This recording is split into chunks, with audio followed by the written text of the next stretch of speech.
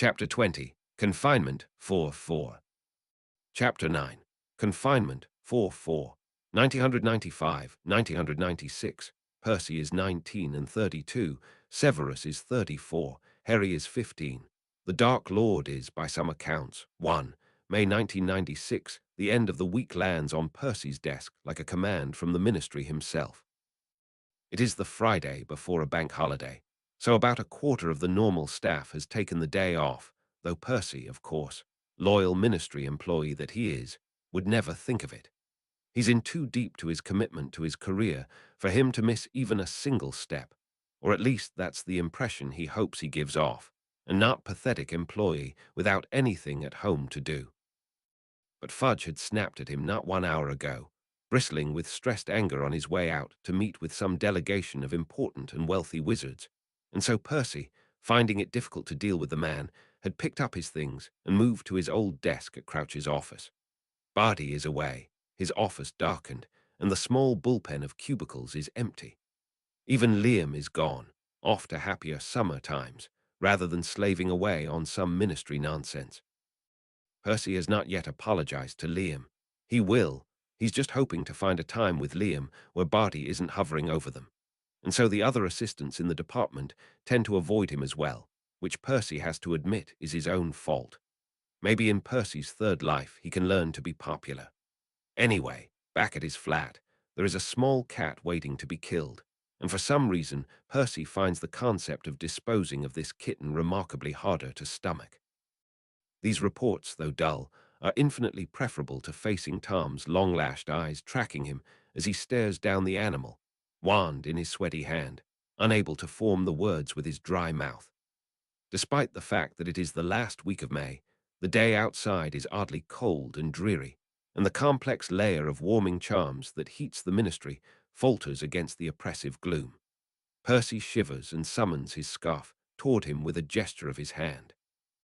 Wandless and wordless magic have become much easier for him since he first started practicing it nearly 8 years prior. Has it really been 8 years? The mind boggles, truly. Sometimes Percy thinks of his efforts at Hogwarts and feels them very far away. It is as if he were merely floating underwater, and discovering the diary forced him to emerge, gasping, from the middle of the Great Lake. The last location of Sirius Black, according to the latest Aura reports, is the middle of Hungary. What he is doing there remains unknown, but it perhaps is connected to the rumors of dark forces gathering in the east. With Albus Dumbledore at large, we believe there is a potential these two are collaborating. Percy shakes out the cramp in his hand and rereads the last few sentences. Fudge is obsessed with Sirius Black. He's always been, Percy supposes, but in recent weeks, Fudge has begun loudly insisting to all who will listen that Albus Dumbledore and Sirius Black are planning an attack on the ministry. The irony is that he is not entirely wrong, insofar as Black and Dumbledore are conspiring, and there will be an attack on the ministry. Percy supposes Fudge wouldn't have made it to Minister of Magic without some instincts, but he seems to be blind to the disdainful looks he tends to elicit with his blustering. Percy keeps his head down and obediently collates weekly reports of Black's movements to give to Fudge. He also had volunteered to personally liaison with head Aura Scrimgeour to get the latest news. Percy does not particularly like Scrimgeour, but it is critical that Scrimgeour likes him. He shivers again and absently raises a stronger warming charm, which fizzles out with the slightest puff. It is the Aura Department's recommendation that security be increased at the ministry, and mandatory security training be instituted for all departments. There's the faintest sound of voices, raised. Percy bats the distraction away absently, thinking through the best way to inform Fudge that Scrimgeour is threatening a vote of no confidence if he does not treat an attack on the ministry as imminent. The screaming grows louder, and Percy looks up irritably, only for his brain to wrench itself abruptly from its task and register what is happening. Mist curls through the door slowly, like the tendrils of a ghost seeking warmth. Percy scrambles to his feet, pulling out his wand, and he slowly becomes aware that more than just one person is screaming, that outside the door he hears the pounding of feet and the frantic yells of people in crisis. "Mr. Weasley," says Crouch. Percy flinches violently and spins. Barty stands in the door of his office, dressed as his father, and looking for all the world like a disgruntled ministry employee. Will you come here? Percy swallows and looks at the door. The mist is growing slowly, but the screams are beginning to fade. Never mind that, Barty says impatiently. In now. His feet carry him automatically into Barty's office, though he gives the main door another uneasy look. Yes, sir. Barty winks at him with his father's old, lined face. It's time for my father to die, don't you think? Percy blinks and focuses more alertly on Barty. I'm sorry. My father, Barty repeats slowly. After today you won't be seeing me at the ministry. I wanted to let you know how much I enjoyed working with you, Percy. Percy swallows slowly. His wand is steady in his hand, but he feels the chill of the mist dampen the back of his shirt. Where are you going? To claim what is rightfully mine, hisses Barty, the gleam of his enthusiasm shining through Crouch's watery eyes. The Dark Lord has forgotten about me, I think, but I know how to get his attention. A scream, loud and distinct, rips through the air. Barty smiles with satisfaction. Dementors are wonderful creatures, he says conspiratorially. Surprisingly easy to control. Dolors is a dab hand with them, you know. D-Dolors. Percy's lips feel numb. Moving them, even for the one word, is an effort. Dolor's Umbridge, of course, says Barty, rolling his eyes at Percy. Come, Weasley. You've been trying to get her attention all year. It made me wonder, why is Percy Weasley so interested in Dolor's Umbridge? I had a chat with her last time she was here. Remarkable woman. Understands how to get the job done. She was very impressed with my ingenuity in dealing with my father. Dolor's Umbridge, working with Barty Crouch. Right. Of course, Percy shakes his head to clear it and focuses on the issue at hand. Panic begins to lick its way up his sides, but he squashes it with, well, not ease, but he hopes without much fanfare. Panicking is not productive, not when there may be a task for him to complete. To give himself time, he asks slowly, as if he did not hear Barty correctly, there are Dementors in the ministry, right now. Dolors told them merely to scare, not to kill, Barty sighs, as if it bores him. I'm hoping some of them forget. I don't know how you do it, Weasley. Everyone in this blasted place is so dull. It would do them all a bit of good to get a scare, don't you think? Percy has an extremely low opinion of the Dementors, not to mention Dolor's Umbridge's ability to control them. He has to tell someone, and quickly. He's been developing with Tom a method for many people to communicate quickly, but the Order, of course, has no similar method as far as he knows. But he can at least try to tell Tonks, or maybe Moody. Surely some in the ministry know how to do a Patronus, but how to get away from Crouch? I should probably be seen trying to guard Fudge, Percy says reluctantly. Barty smiles brightly at him. Oh, number Fudge left for that big meeting, you know. You'll be helping me with my father. Winky. Winky appears, and floating behind her is the prone but very much alive body of Bartemius Crouch, S.R. Barty covers his father's body with an invisibility cloak and commands Percy to float it down the halls. Percy controls it with a levitation charm that is significantly more steady than his nerves. The mist is thicker outside Crouch's office, collecting wetly at their ankles, and the air is cold and still. The silence is eerie. He occasionally hears footsteps, but he no longer hears panicked screams or yells. With every step deeper into the ministry, it grows quieter. Percy winces to think of the clamor that must be filling the lobby up above. Waste of magical blood to kill the lot of them, Barty comments to Percy. His eyes are bright, and he looks around him like a man reborn. I left a few exits open for the smart ones, but I was hoping some would stay and fight. Why would they stay? Percy points out tightly. Well, I did disable the flu and the apparition charms. Did you know there are instructions on how to do so in the ministry pamphlet handed out to department heads? The ministry was just waiting for a department head to go rogue. With each passing hallway, he has to wonder, where is everyone? If they cannot apparate, where are they hiding? Later, when the dust settles and the mist clears, people will emerge from their hiding places. Behind the grates of the elevators, pressed to a toilet stall, standing very still in supply cupboards, reliving their worst nightmares so vividly some truly lost their grip on reality. The Dementors did not directly attack many. Only 3 people lost their souls, but they floated quietly through the hallways and fed off the fear, amplified by the threat of more. Fear, Tom will tell Percy smugly, can be almost worse than the threat itself. But for now, Percy walks through the halls, and every empty corridor fills him with dread. "I'm not sure anyone will believe your father died today," Percy finally says when it seems apparent they are wandering without aim. "Unless he actually has his soul removed." Barty looks back with a scowl. "Do not question me," he orders brusquely. Swiftly, like the colors of an enchanted flame, his mood changes to giddiness, and his voice takes on a playful lilt. "I know a secret." "What's the secret?" Percy says tiredly. The strain of maintaining the charm is beginning to get to him. Winky walks silently beside. Why can't she do the manual labor? Bloody elf. "The Dark Lord is coming to the ministry tonight," Barty reveals. His laugh echoes down the corridor. Percy freezes in place and crouches. Barty stutters and nearly crashes to the floor. Winky scowls at Percy and snaps her fingers, halting Crouch's fall. "But it's too soon," Percy says stupidly. "Too soon." Percy inhales and continues to walk. Relieved of his magical burden, he grips his wand tightly, trying desperately to think of a plan. "Well, don't you want Fudge to be voted out of power first?" Internally, he cringes at the weak excuse. Internally, he also begins to panic. Externally, he hopes he remains calm. "No," Barty says dismissively. "Easier with Fudge. He'll be an easy Imperio, not like Scrimgeour.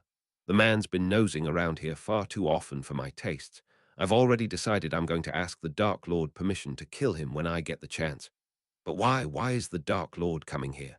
Did you break through the wards on the Department of Ministries?" Barty shrugs insouciantly.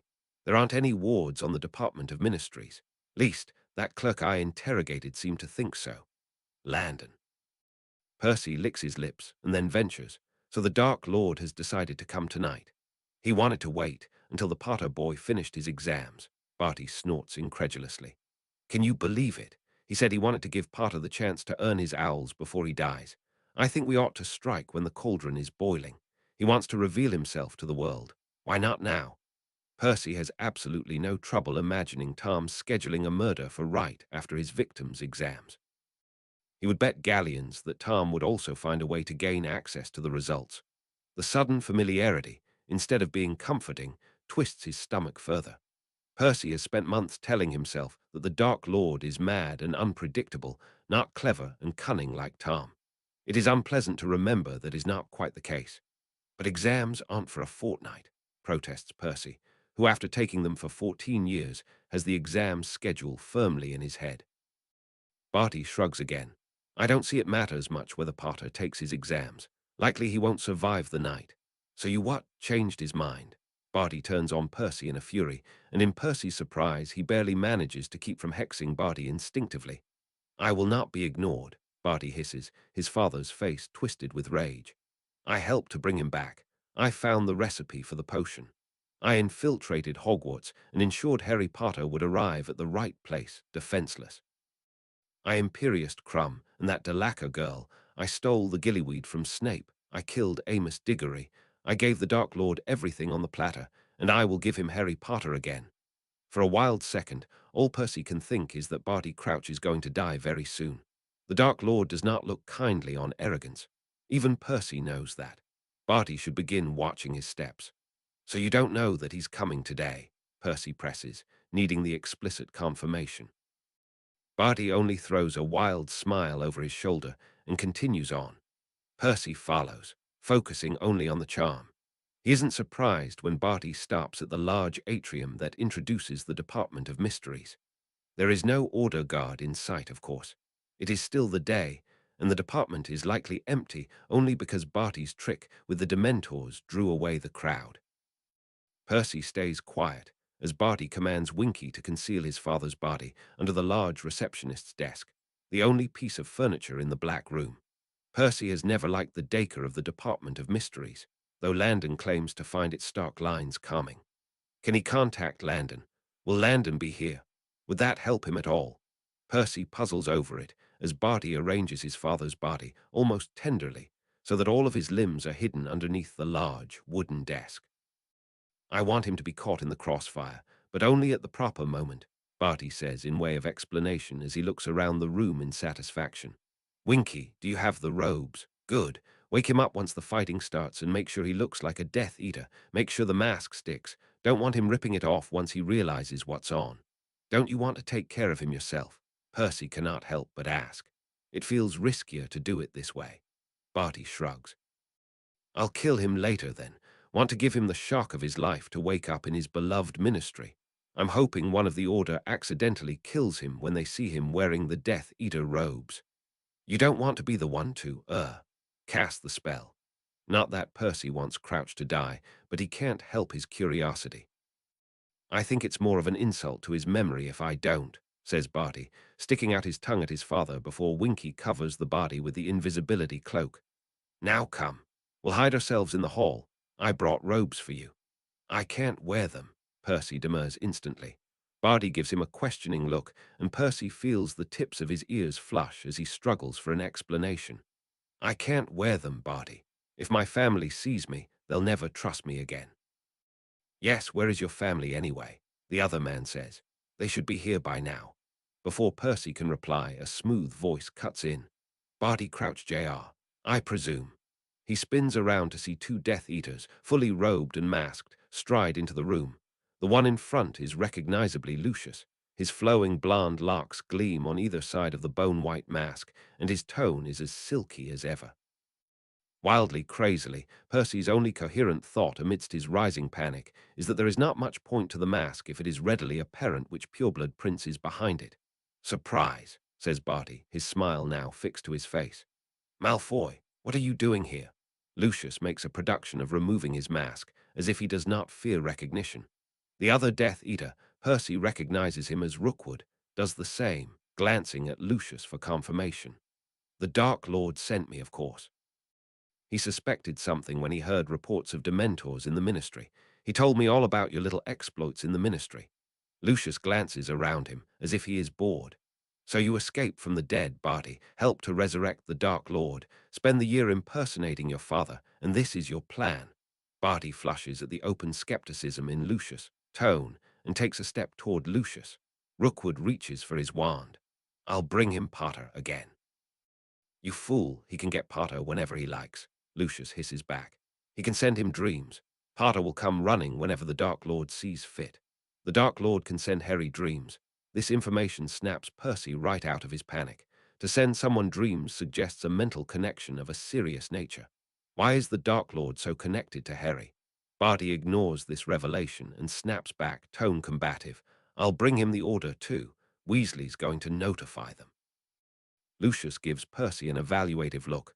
Percy fights the urge to straighten his robes. Weasley, I expected better of you than to go along with this madman. If you had indicated a desire to be involved in, shall we say, certain plans, I would have been happy to assist you, personally. I did not know this was the plan, says Percy instantly. If he had to choose whether to back Lucius or Barty in a fight, he knows who he would align himself with, and it isn't Barty. Lord Malfoy, if my family comes and sees me, some of my own plans will be for naught. Such a fine line you seek to maintain, drawls Lucius. It must truly be exhausting for you. Barty, you do realize the defenses you triggered will prevent all from entering or exiting, save those who have the ward key. So, easier to pick them off, I say, claims Barty with false bravado. You absolute imbecile. Potter won't be able to get in either. Lucius waits just long enough for panic to cross Barty's face before he says with a snap to his voice, This little escapade has gone on long enough, Barty. Call off the beasts. You'll be making your excuses to the Dark Lord personally. I'm sure he'll be interested to know why, precisely, you felt the need to undermine his plans. Percy feels a great wave of relief. Of course, Lucius wouldn't allow an act like this to occur, not in broad daylight, and not out of his control. He'll take care of Barty and Percy. Well, Percy will be stuck in a new mire of lies and deception, but he'd take that over the Dark Lord any day. But Barty sticks out his chest obstinately and says, Then I'll bring him the prophecy. That's what you're all here about, right? No need to look surprised, Lucius. I figured it out on my own. Percy glances at Lucius, but his face remains smoothed into a mask of bored disdain. It is Rookwood who speaks, his voice deep and gruff. Yet, he spits out, you cannot fetch a prophecy unless you are the recipient. If the ministry is empty right now, why? Percy starts, his mouth moving automatically before he can stop himself. Lucius gives him an amused look. Why does the Dark Lord not fetch the prophecy himself? You will have to learn soon, Weasley, not to question the Dark Lord's motives, or you will end up like your friend there. Percy flushes and ducks his head to the ground, cursing his inability to keep his mouth shut. Rookwood answers his question anyway, not seeming to question his presence in this large, drafty room. "Better not to risk it," he says in his curt, harsh voice. "Let the boy try. If he dies, one of our problems solved," says Lucius coolly. "But our Lord is waiting for the opportune time, Barty. It is unfortunate that you will be the scapegoat for this mishap, but I'm sure you will be willing to return to Azkaban, all in service of our Lord, of course." "No," gasps Barty, his bravado dropping away as he realizes what Lucius intends. "You can't send me back there, Lucius. I'd rather die." Lucius exchanges a look with Rookwood. "Well, we can arrange that, can't we?" Just when it all seems like it will resolve itself, Lucius tucking the problem away neatly like he must do in all things, everything changes. Something travels through Lucius' body. He straightens as if stung with a hex, his body going rigid, and his tense muscles visible through the dark robes. In an unconscious movement, he covers his left forearm with his right hand, gripping himself so tightly his knuckles stand out, white and swollen. His eyes flutter shut, and his mouth moves just slightly, as if speaking to himself.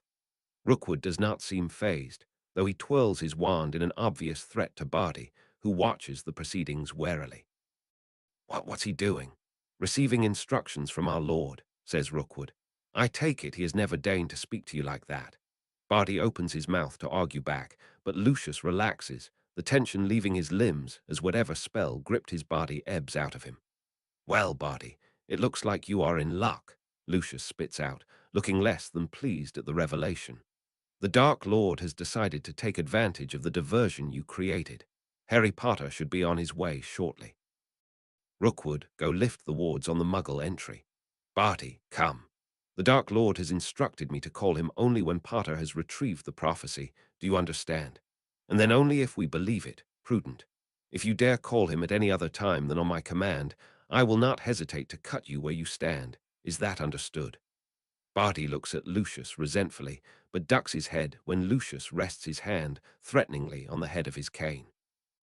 "And you," Lucius says quietly, his voice no longer harsh and commanding, but as soft and smooth as dark velvet. He takes slow, careful steps until he is so close to Percy that Percy can smell the mint on his breath.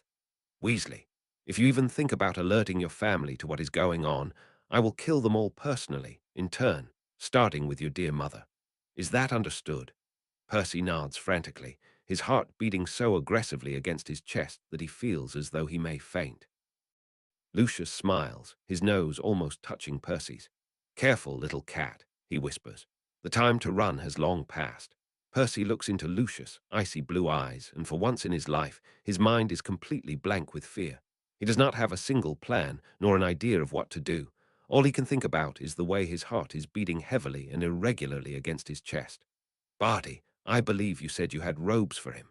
Barty starts and takes out a small package from his own robes. He tosses it to Percy, who resizes them, feeling very much like he is in a dream. Under their expectant gazes, Percy swallows against something like sickness and then takes off his own ministry robes, replacing them with the heavy woolen cloth of the Death Eater robes. They are lightly warded with protection charms, he notices, something the Order would well do to adopt. The last thing to resize is the mask. It is cold in his hand, uncomfortably like bone. "If the mask slips, you're on your own," Lucius says coolly. "Welcome to the ranks, Weasley." Percy feels very much like hyperventilating, but he manages enough calm to fix the mask onto his face with a strong sticking charm. Striving for calm, he practices the self-transfiguration he's nearly perfected, changing his telltale red hair to a dark brown and lightening his eyes to blue. He go for a more extensive disguise, but he doesn't think he can keep it up under duress. Thus attired, he swallows and follows Lucius. The Hall of Prophecy is dark and cold and incredibly eerie. Percy walks silently down the hallway, following the black robes of the Death Eaters, and looks at the rows of prophecies with awe. Each one so carefully inscribed with a name and date, each one in its proper place. He has never put much stock in divination, but seeing the multitude of predictions, the futures fanning out in front of him, the multiple branches of fate and destiny, lives resonating against mirror lives, he cannot help but believe suddenly in their existence. Surely so many cannot be wrong. If they were so easily disproved, why would the ministry bother to store them? He hears steps and flinches, but does not move from his spot in the back of the formation, opposite Barty, but behind Lucius. But the noise is only Rookwood, returning from his task to lift the wards, presumably so that Harry can enter. Now that the initial panic has worn off, he feels the familiar snap of his brain as it coils into position. It is like a game or a puzzle. The Death Eaters, the Ministry, the Order, Harry Potter, and the Dark Lord, all centered around one small prophecy. This night may be happening a few weeks early, and undoubtedly differently, but from what both Lucius and Barty had said, it sounded like the Dark Lord was planning some variant of this night already. Percy is the main unknown element here, and the days where he was too afraid to change the timeline are long past. Percy knows the prophecy by heart, but perhaps Dumbledore does not, and neither does the Dark Lord. Harry presumably must need the prophecy, but perhaps Percy can find a way to inform the Order of its wording when necessary. If he tells Snape, Snape could tell Dumbledore, and that would not be too much of a delay, would it? So perhaps Percy should destroy the prophecy, so that the Dark Lord never learns it in its entirety. But how can he destroy it if he cannot touch it? Sirius Black dies tonight, and it is somehow Harry's fault, or at least Harry thinks it is his fault, years after the event. Percy can probably prevent that. If he's remembering Sirius' funeral correctly, belatedly performed by Harry after the swaths of funerals from the Battle of Hogwarts finally concluded, then Bellatrix Lestrange had been the one to throw the final curse. And Percy needs to remove Bellatrix Lestrange anyway. It's always dangerous to rely on another, he imagines Tom saying. And the Order is not here. Not to mention, the rest of the Ministry is here, those who are not yet soulless. Percy shivers at the thought. This had all happened rather late in the evening last time. Percy remembers being summoned by Fudge after he'd finished supper and showering, and having to rush to the Ministry with his hair still wet. Percy is here, too. He does not need to be an observer forever. Percy had saved Cedric's life. Percy had found Tom's orphanage, and perhaps the next Horcrux, too. Percy can act, if he can just master the fear threatening to forestall him. He tries to plot quietly while they stand there for what feels like an interminable length of time, perfectly still, waiting for the boy who lived.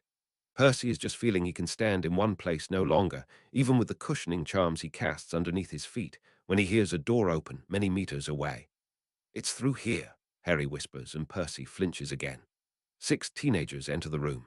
Harry first, followed by Ron and Hermione, and then just behind, Ginny, Neville, and Luna. They press together as they move into the room, and their breath mists slightly in the frigid air.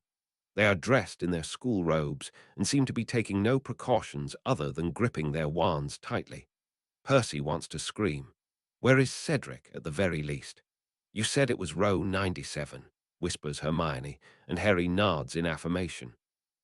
It must have been easy for the Dark Lord to plant a vision in Harry's head, and all too easy for Harry to believe the best solution would be for him to charge off with 5 other teenagers to rescue the prophecy himself. Luna passes so close to where the Death Eaters are hiding under disillusionment charms between rows 94 and 96 that he feels the soft warmth of her breath on his frozen skin. She frowns, staring at the dark gap between the shelves, and he feels the weight of her gaze on him. Percy shifts and stiffens as Lucius, presumably, hits him silently with a powerful silencing charm. "There's something here, Harry," Luna calls out in a high, thin voice. Percy has a very vague memory of her from all of the times he'd walked Ginny to the Lovegood house during long summers, but he cannot remember anything about her other than her memorable name. "The vision specified row 97, Luna," snaps Hermione. Finite incantatum, Percy thinks in his head for the 10th time, but the spell is no more successful this time than it is on any of the other 10 attempts. Percy vows to himself that if he gets out of this mess, he will finish the book that Lucius sent him cover to cover.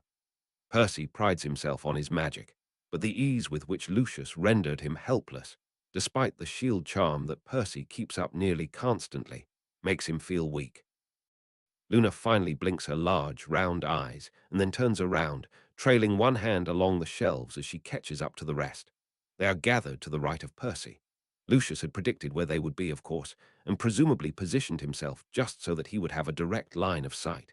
"He should be here," Harry insists, looking around him into the endless rows of prophecies. Percy briefly loses sight of him as Harry peers down another shelf. Or maybe, Harry, Hermione says hesitantly. I don't think Sirius is here. The silence echoes loudly through the empty room. So this is how the Dark Lord lured Harry out of hiding. Percy wonders if Sirius has been captured, if he's already been soul-sucked by one of the Dementors outside. Percy has already changed the timeline so indelibly even by being here that he is determined to rescue Sirius too. Or maybe, he realizes, as the others mutter in low tones, him being here will change nothing at all. Harry, Ron calls. Have you seen this? Harry hurries back into view. What? It's got your name on it. Percy longs desperately to glimpse what they are seeing, but he cannot see around their huddle of bodies. My name. SPT to APWBD, reads out Hermione. Dark Lord and question mark. Harry Potter.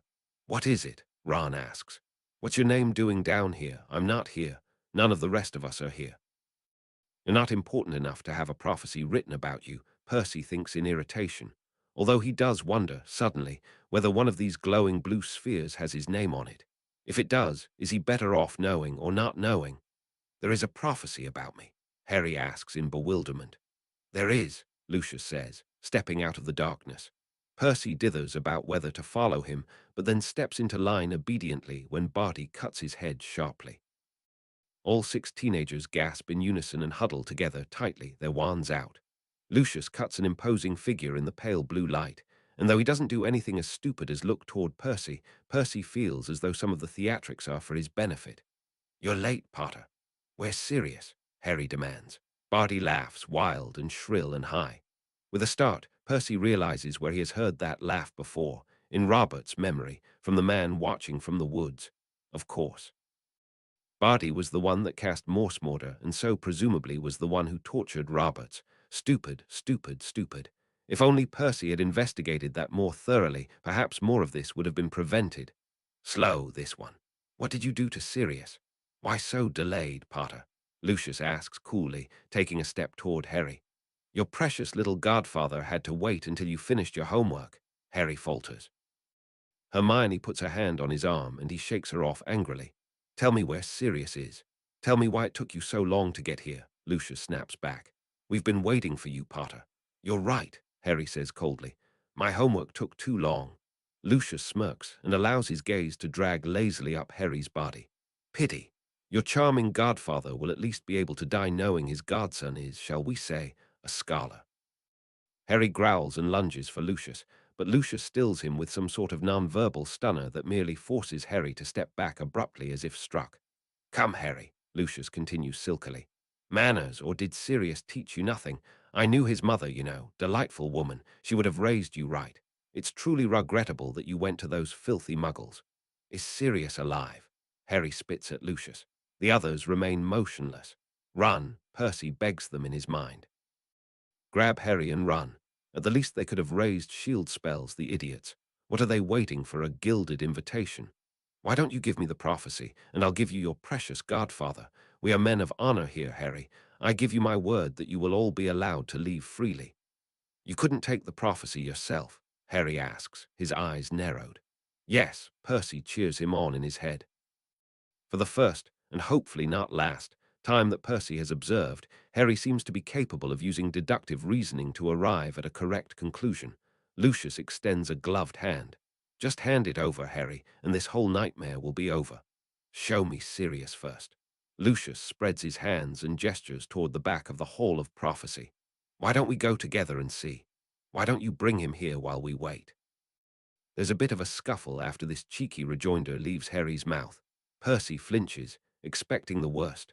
Lucius reaches for Harry and Harry jerks back, bumping into Ron at his left shoulder. An involuntary curse, a smash as the prophecy drops, and then everyone in the Hall of Prophecy grows silent as a ghostly form twists out of the shattered glass. The one with the power to vanquish the Dark Lord approaches. The voice is familiar, oddly so, but Percy does not have time to dwell on it as panic licks up the sides of his stomach. Surely this is not how the prophecy should be revealed to everyone all at the same time, by accident. Percy knows the prophecy. He can tell Harry if needed, but surely Lucius and Rookwood and Neville and the rest don't need to hear it. Not now, not like this. Like in the maze, his hand moves without thinking, and the banishment charm twists silently out of his wand before he can think too deeply on the consequences. A flinch snaps through the group, Death Eaters and Hogwarts students alike, as another prophecy smashes on the ground, a second ghostly voice joining the first. Percy doesn't dare move again, but one of the teenagers, Ginny it seems to understand, and another prophecy smashes on the ground, and another. "Run!" shouts Harry, finally, and he flings his wand behind him, sending a row of prophecies careening to the ground. Lucius swears loudly as one smashes right near his foot, causing him to jump and stumble back into Barty. The teenagers' footsteps echo loudly in the hall as they take off the way they came, pursued in short order by Lucius and Rookwood. Percy makes to follow, but Barty clutches his shoulder so painfully that it jerks Percy back despite himself. "The prophecy," Barty whispers, his throat hoarse and panicked. "He'll kill us if we lose the prophecy." Percy rather objects to the word "we," but he nods obediently and follows Barty to where the end of Harry's prophecy is wheezing out its last few breaths. The one with the power to vanquish the Dark Lord will be born as the 7th month dies, and then there is silence, broken by the occasional sound of one of the other smashed prophecies incanting their last lines. Barty drops to the floor and scrabbles through the shards, seemingly not noticing how the glass pricks his skin and coaxes blood from his bony hands. "He'll kill me," he mutters to himself, his fingers closing around a large, jagged shard of glass and squeezing it with such force that a large droplet of blood falls sluggishly to the ground. "He'll kill me. We've got to go," says Percy impatiently, jerking his head toward where Harry ran off. Potter's still there. Percy leaves Barty behind, though he hears the other man following him after a few seconds of delay. Luckily, it is not difficult to follow the path of destruction to where Harry and his friends fled. Percy spares a single thought to all of those prophecies, now forever lost.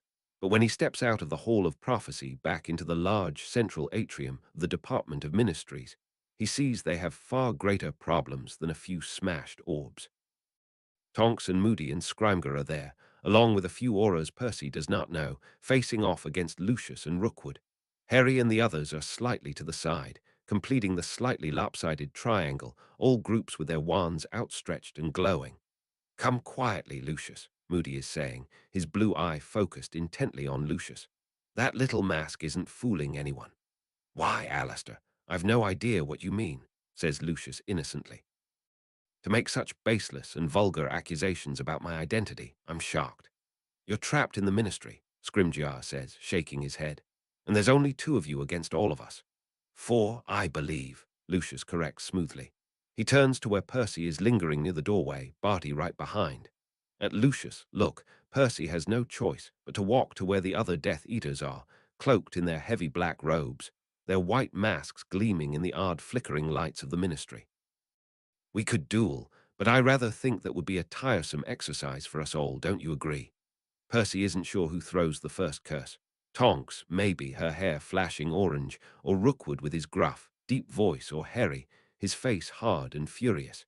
It does not particularly matter, for once one spell has been cast, the rest are unleashed, like a horde of hippogriffs no longer held back by their trainer. Percy focuses at first on shielding, hesitant to throw any curses himself, but he finds that neither the auras nor the students have any compunction about targeting him, and so he must fight back despite himself.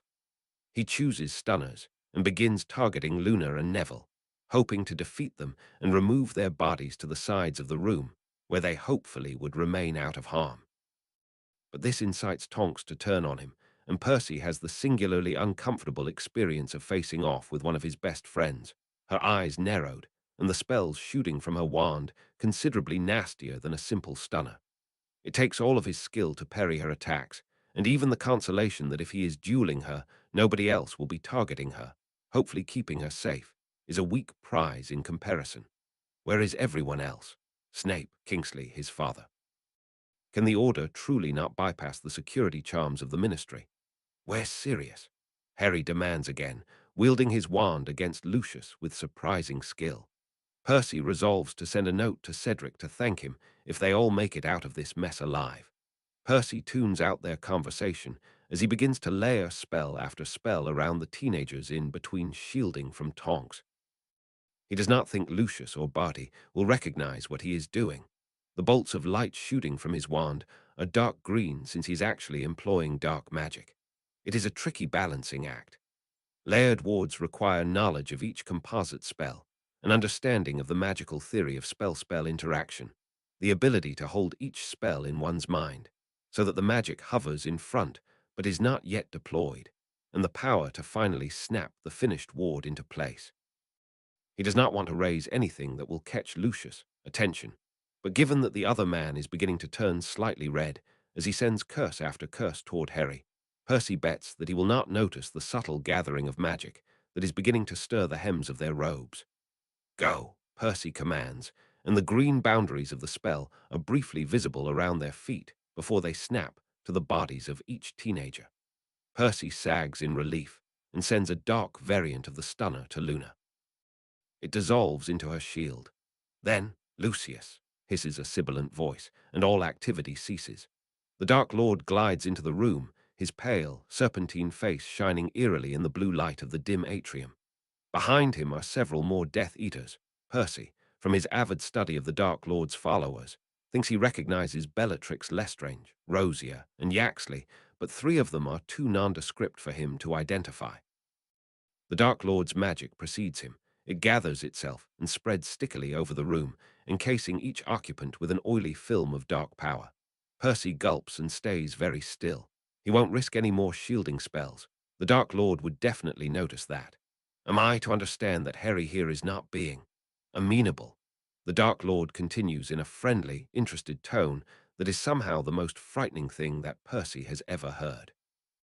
Harry firms his grip on his wand and glares at the Dark Lord, his mossy eyes dark with determination.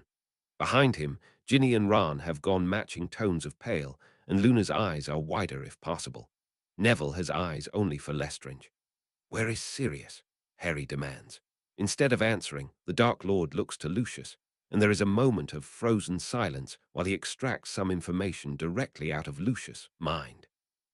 Then, and it takes everything in Percy not to collapse, the Dark Lord glances just for a second at where Percy is standing. "Your precious godfather is dead," the Dark Lord croons. His high, sibilant voice does not remind Percy in any way of Tom, but something about the way he drawls his words, the casual air of malice that underpins each sentence, is familiar. "But do not worry, Harry. Before the night is up you will join him." Sirius, dead already. Harry goes as pale as Ron. The prophecy broke. The Dark Lord's nostrils, or what passes for them, flare slightly. Percy watches with horrified fascination. Surely this had been a mistake. He thinks of his portrait of Tom, haughty and proud, even in a room of paint, and cannot believe for a second that Tom would have willingly bound himself to this horrifying form. "I care not for the prophecy," the Dark Lord says, "nor for your friends. No, Harry Potter, I came here tonight for you." "I heard it," bluffs Harry. "I know what it says." The Dark Lord glides closer to the children. "We need not all hear it, Harry, and we have more important things to discuss. You shall whisper it to me as you lay dying. Now, I will give you a choice. I require the lives of one of your friends, and I shall let you choose who it may be." "Take me instead, you coward," Harry snaps back defiantly. "Leave them alone." Percy takes back every thought he had about the absurdity that Harry Potter, boy wizard, should be entrusted with such a fate as his. He is so small and scrawny, but he stares up at the monstrous Dark Lord without a hint of fear. The Dark Lord's laugh is shrill and grating. "Oh, sweet Harry, brave Harry, or shall I turn the choice over to your friends? Which of you will die in service? I can assure you that your death will have meaning." "If you choose one, Harry, only one will die, or I can kill them all if you prefer." Percy feels a tremendous well of sympathy for Harry, for his family, and then he blinks, because even the fear of standing next to the Dark Lord is not enough to turn his mind from the omnipresent pressure of his task. He's planning to make a Horcrux. With what? Does he have the vessel here? Why risk another to split his soul again? 8 splits. Surely not. Even the Dark Lord would know that would make him unstable. "Don't be idiotic, Percy." Tom's voice floats through Percy's brain. "Be logical. Would Tom make another Horcrux if there were already 6 splits? There is a logical explanation for this. Either he knows one of his Horcruxes has been destroyed. But how could he know? At best, Lucius could only guess at the diary's destruction, and anyway, if he knew one of them was destroyed, would he not check on the rest? Or he never finished making all 6 when he was alive last? Do they know he made 6 before he returned? Perhaps he made only 4, diary, diadem, cup, and whatever is in those high, cruel caves. Perhaps he's going to make 2 more, and they can stop him before he does. An innocent, Barty cackles, and something about that phrase triggers a memory that is just out of reach. But a voice in his head whispers, how can they ever be sure they destroyed them all? Harry's voice is high but steady. What do you want with them? I have to finish something, Harry. Something you prevented me from doing all those years ago. Do not worry, I will not fail again. But you're right, of course. Better to use you. More poetic, don't you think? I wouldn't do that, Tom, says Albus Dumbledore, and Percy nearly collapses to the floor in relief. At the sight of Dumbledore, the Dark Lord's face twists in rage. There is a second of still calm, and then the Dark Lord attacks, and Percy is drowning in magic. There's a serpent of fire twisting out of the Dark Lord's wand, but Dumbledore swallows it in a massive wave of water, the resulting steam hanging in the air. A slash of the Dark Lord's wand turns it into glass, and Dumbledore transfigures the glass into a transparent phoenix, which caws loudly before diving at the Dark Lord.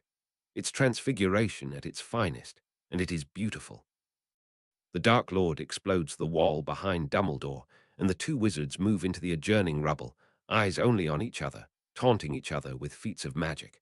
For a second, Percy hopes he'll be able to escape, but then the rest of the Order rushes in, and the room is once again full of spells. Protect the others, Percy thinks to himself, and he turns back to the small chosen one, squaring off against Lucius Malfoy. He can get them out of here, somehow. Percy's mind roves over the possibilities, even as he deflects spells from the Order. Apparition is risky, the flues are closed, he does not want to be seen. Think. He thinks suddenly, improbably, of brick dust caked into his shoes. Portkeys, of course. Portkeys are incredibly difficult to enchant against, which makes them so expensive to obtain. But after the Quidditch World Cup, Percy had looked into the theory, and recently with Tom, he'd been debating the idea of creating small portkeys that would be localized to a specific destination. He needs objects, small objects, inconspicuous ones, quills. He has quills in his bag, which is slung against his chest even now. Percy never goes anywhere without his bag, not since the Chamber of Secrets. He plunges his hand into his bag and comes up with several quills. All expensive, but the loss will be worth it. Sending stunners aimlessly toward the Order, he moves toward the only cover in the room, the wooden desk where Crouch is stashed. But of course, Winky has somehow shaken off his confundus and woken Crouch on her master's command, and Crouch is stumbling out on his knees, clad in dark Death Eater robes but no mask, looking confused. Barty. Percy casts a very fast banishing charm, and Crouch flies to the opposite end of the room, where he's struck by several hexes thrown by Neville, if Percy's not mistaken. Protego Maxima, he thinks again, jabbing his wand in the general direction of the teenagers. He doesn't have time to set up another layered ward of protection. He'll have to hope his first one holds. A spell hits him, and though his shield absorbs most of the impact, he allows himself to fall as if struck. From his position on the ground, he sees the silvery outline of the invisibility cloak left by Crouch, and with a quick glance around him to ensure nobody is watching, Percy swings it over himself. The cloak is not as high quality as Harry's. Percy stretches out a hand to test the charm, and can see a faint shimmer, more like a weak disillusionment charm than anything else. He crouches underneath the desk, careful to keep himself covered with the cloak. The spell to create portkeys is difficult but not impossible. But where to send them? Somewhere it can't be traced back to Percy. Somewhere safe, somewhere without heavy warding. His mind lurches around the options and arrives fixedly at the Burrow. His mother is hopefully there, though she of course may be here or in London, but it is considerably safer than the Ministry. He fills his mind with remembrances of the Burrow, the creaking staircases, the wide and grassy hills, the small river where Ginny used to play endless games with Ron. Destination, determination, deliberation. Portus, he breathes out loud, letting the soft green spell wash over the first quill. It thrums with energy in his palm and then stills. He sets it on the floor and reaches for the next one. He needs 6 in total, 6 to go to the Burrow, 6 perfect portkeys. The next spell is harder than the first, and the third and fourth harder still. He breathes evenly, summoning his strength before attempting the next. Nymphadora! Lupin's agonized cry rips through the air, and Percy inhales sharply, gripping the fifth quill so hard that it snaps in his palm. But he can't look up. He can't risk being seen or caught by an errant spell. It is much harder to fix the thought of the burrow in his head, but he pushes aside all of his concern and focuses on the way the sun dances over the great English oak, the sound of the pigs and the chickens competing for food. The fifth quill glows and subsides, and then it's only the sixth one left. Remus, duck! Percy jabs his wand blindly and mutters another Protego Maxima, hoping it'll land on friend and not foe. For the sixth quill, he bites off the spell and mutters a relieved swear when it too glows. He peers over the desk. Tonk's body is on the floor, prone and bleeding. Lupin and Black are battling with a cackling Bellatrix Lestrange. The sight of Tonk's body is so much more difficult to ignore. He hesitates, the quills falling from his limp hands as Lupin and Black struggle to hold off Bellatrix. "Dirty half-blood girl," Bellatrix says with a crazed laugh. "Are you in love with her, werewolf? Or maybe you cousin. I always knew the black name would come to ruin." Tonk's bleeding. It's just like blowing out a candle. Tom is suddenly there, his voice silky and somber in Percy's head.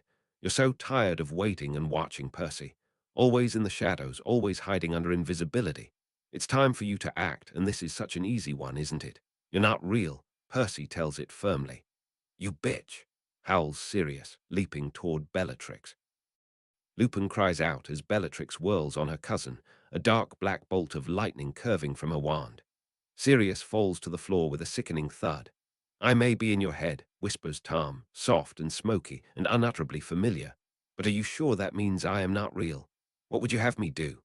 Bellatrix's laugh is loud and jarring, so like Barty's at his most crazed, grating against Percy's ears. She turns to Lupin, whose face is contorted into a snarl. The wolf seems to shine from his amber eyes. Percy realizes absently his heart is beating very quickly, but his palms are not sweaty, and his head feels curiously clear. "Act, Percy, before it is too late."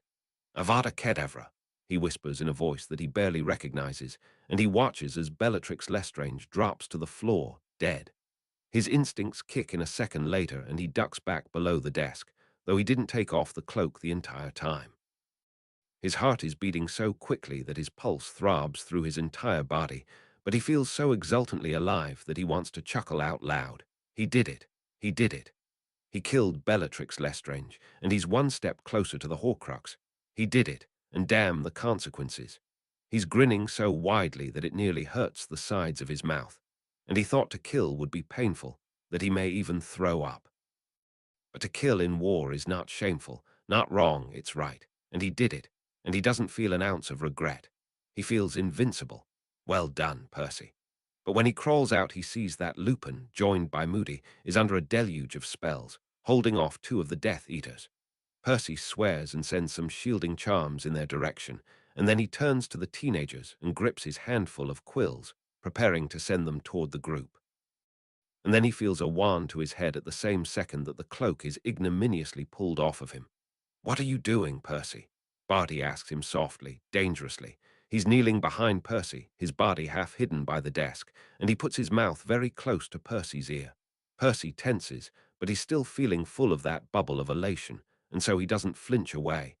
"They don't deserve to die. That's not really your call, is it? Why don't I call the Dark Lord over here, ask him if he still needs one of the kids?" "Barty, leave me be. Are you lying to me, Percy?" Barty croons in his ear, twisting his wand strongly into Percy's head. "Surely you're not lying to me. Surely not, after all that we shared together. If you think I would lie to you in the presence of the Dark Lord, you're a fool," whispers Percy, his eyes flitting to where the Dark Lord is still tangled with Dumbledore. "If you think I've believed everything you said, then you're the fool," Barty hisses back.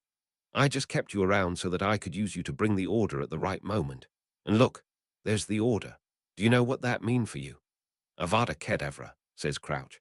But the adult Crouch, Percy realizes, familiar enough with the other man's face to recognize it even partially blocked by the mask, as Barty sags to the floor next to him, his eyes unseeing.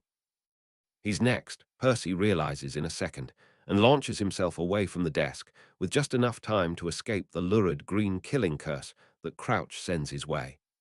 In the next second, he's on his feet, engaged in a duel with Crouch. Though Crouch must be woozy from his imprisonment, not to mention whatever entanglement he escaped with Neville and the others, his curses crackle with hatred and energy. Every third spell is a killing curse, though Percy luckily is adept enough at conjuring wooden beams that he can deflect most of them. "You killed your son," Percy says as he blocks another green beam. He hopes it'll rattle Crouch, but Crouch bares his teeth at him and sends another killing curse his way. "Your own flesh and blood, and you killed him. You'll be next," hisses Crouch, pressing forward. Percy takes 3 quick steps back, twisting his body to duck away from Crouch's next spell. "All of you Death Eaters deserve to die." Percy casts a blindness spell that Tom had taught him, but Crouch dodges it as if it was nothing. He keeps taking steps back, twisting and turning to avoid all of the spells that he can, but his shield charm is flicking from the exertion. Percy has not been in a real duel, in many years, and his inexperience is starting to show. He looks around him desperately, but of course nobody in the Order will help him, and neither will any of the Death Eaters. Everyone else in the room is oriented around Dumbledore and Voldemort, locked in a duel with Harry in the middle. He's on his own. Crouch lands a spell on him, though luckily not a killing curse, and Percy lets out a screech of pain as the spell sears off the arm of his robes and sends flames licking down his arm. For a second, all Percy can feel is pain, serious pain, pain burning into his skin, the smell of his arm hair scorching, the feeling of intense heat. And then he thinks suddenly of McGonagall and is able to gasp out a flame-freezing charm. But in the 5 seconds it took Percy to remember the spell, the flames nearly reached his wrist, and Crouch has him backed against the wall. "Feel his magic," says Tom, urgently. Percy hisses as his magic flexes around them, jolting against Crouch's, the taste of rotten wine filling Percy's mouth and lingering on his tongue. "He's nothing compared to you, Percy. Just kill him and get it over with."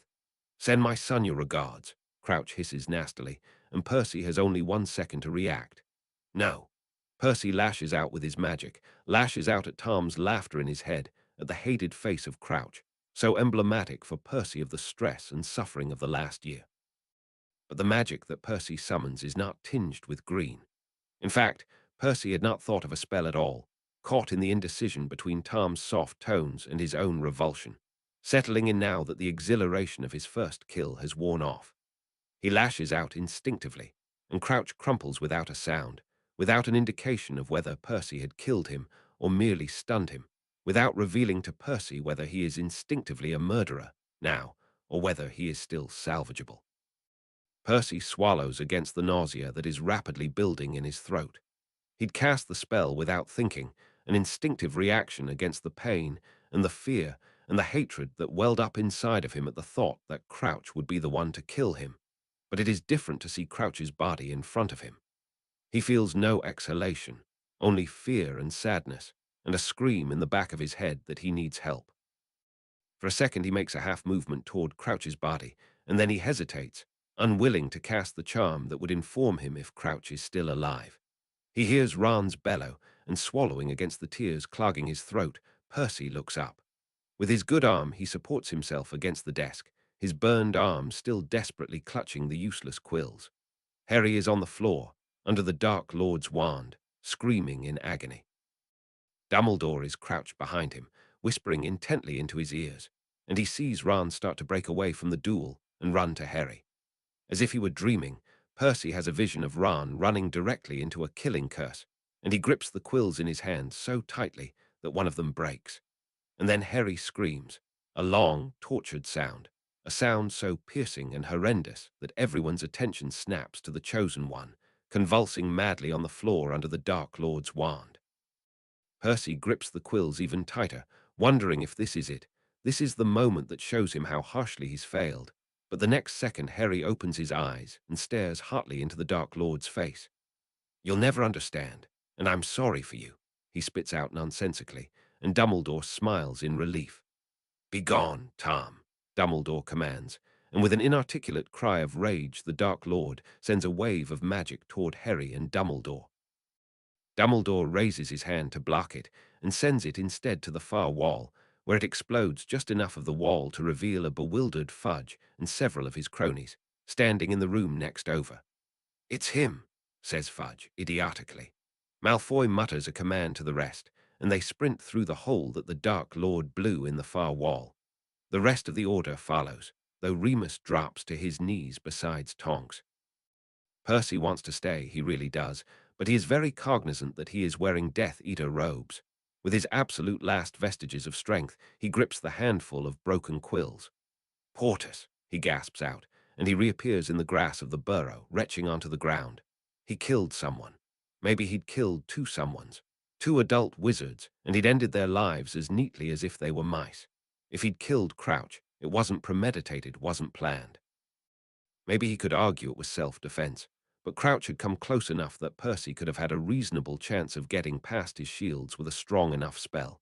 He could have chosen any other spell. He could have chosen anything. Why not Imperio? He could have chosen anything.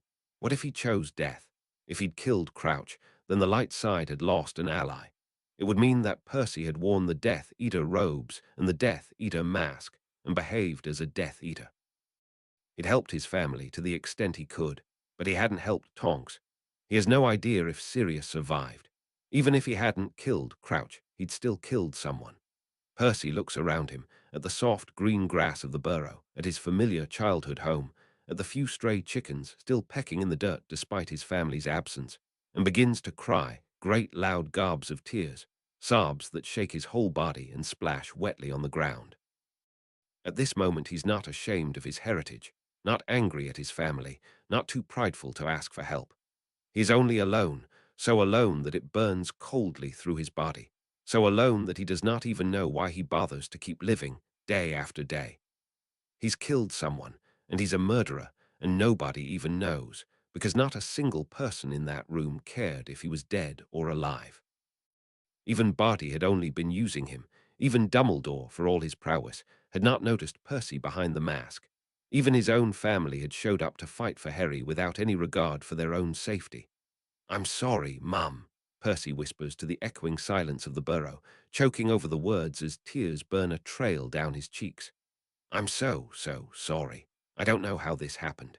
Though of course he knows how it happened. Of course he knows that he's been flirting with the dark arts for years, opening himself up arrogantly to their power. Tom has been in his flat for months, and Tom has been in his head for much longer. Percy had long dismissed his tendency to think of Tom in his head as a twisted version of his own inner voice. Everyone speaks to themselves occasionally. Percy thinks of Aunt Muriel's voice in his head when he picks out robes, and his mother's voice in his head when he struggles to cook, and McGonagall's voice when he studies magical theory. It makes sense that he would think of Tom when he had killed Bellatrix Lestrange. For all of his worry, his preparation, his nerves and adrenaline, it had been rather easy in the end. He'd pointed his wand and steeled his soul, and the spell had whooshed out of his wand as easily as a Lumos. They always said that to cast the Unforgivables you had to mean it, really mean it, and for the Cruciatus he supposes it is true, but the Imperius and the Killing Curse both gave him hardly any trouble at all. Either everything he had been told was false, or he does really mean it and is refusing to see that. Had he given his soul up to the dark and not noticed? How could that even be possible? He would have noticed, wouldn't he? It is true that not many dark wizards prove to be adept with the Unforgivables, but Percy could see that being a function of their lack of magical skill. The Unforgivables take precision and power, to be sure, but hatred. He sighs and covers his face with his hands, unable to bear the sight of the burrow, so peaceful and quiet in the warm summer day. He's avoiding the main issue, that his subconscious would conjure up Tom when he is attempting dark magic. But maybe Tom had been in his head. He does not think that the portrait could possess him. He isn't interacting with it, except for communication, and if portraits could possess those that spoke to it, Hogwarts would be far more dangerous of a place to be. The diary could possess him because he gave it his own words. He invited Tom in. He hadn't done that with the portrait, had he? But you wore the diadem, he reminds himself, fighting to stay calm around the coil of panic beginning to simmer in his stomach. And you painted the portrait. You speak to it every day. If Tom is possessing him, that would explain why he was so proficient with the dark arts. Percy lets out a groan and pushes himself to his feet. Tom isn't possessing him. The diary was destroyed, and voice long preceded the diadem. Even the terror of being possessed would be preferably to the knowledge that he, Percy Weasley, is good at dark magic. He killed a woman, and he does not even feel bad about it. He's glad that Bellatrix is dead. Her death loosens some of the ever-present dread he carries with him creased into the lines of his shoulders at all times. Her death may make it easier to get to a Horcrux. Her death makes his siblings safer, insofar as the Dark Lord lost a valuable follower. Her death may have blown Percy's cover, but he can deal with that if it becomes necessary. He doesn't feel guilty about killing her. She didn't deserve to live. Why should she wield magic, torture others, have the Dark Lord's ear? She would have languished in Azkaban for the rest of her life if not for Voldemort's return. If she is allowed to kill others for her own enjoyment, why can Percy not kill her for his own noble goals? This is war, and we fight according to the rules of battle, he reminds himself. And if I am good at dark magic, that does not mean I am a dark wizard. I am good at all magic. But he's not good at all magic. He's not good at the Patronus or the Cruciatus. He's not particularly good at dueling. Magic is just magic, isn't it? Isn't it? What happened? Tom asks impatiently the moment that Percy appears in his flat, though he tried his hardest to clear the tears from his face and stow the Death Eater robes inside his messenger bag and adopt as stoic of an expression as he was able. Percy opens his mouth to lie, and he cannot. Not to Tom, not even now. He needs someone who may understand, who may know what to say. Tom is the only person thing that Percy has to consult, and by Merlin he needs the help. I killed someone. Congratulations, says Tom. Was it the person you needed to kill? Percy blinks. He'd known, of course, that Tom wouldn't react with horror, but to be congratulated was something else entirely. In its box in Percy's bedroom, the kitten meows piteously. Percy flinches at the sound. I suppose, he says after a second. One was, the other was threatening me, but he would have been useful to me. I lost control. I don't even know if I killed him. I just lashed out with my magic. Tom nods thoughtfully. Percy catches the movement out of the corner of his eye, but he can't look directly at Tom, not yet. He looks instead at his rug, his nice expensive rug which has been through so much strife already. The ink stains darting the corner look uncomfortably like blood. It doesn't do to kill thoughtlessly, Tom says to his surprise. You grow accustomed to it. It seems to present such an easy solution, but it can catch up to you.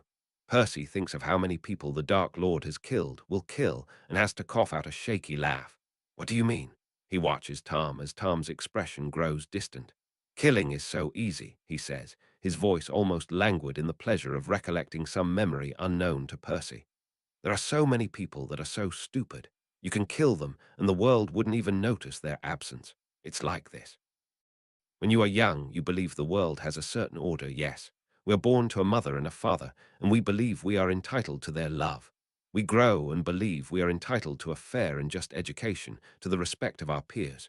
We age and believe our worth should come from within. There is a set order of things, or at least that's what we're told. But, but it's a lie, Tom agrees, his expression pitying.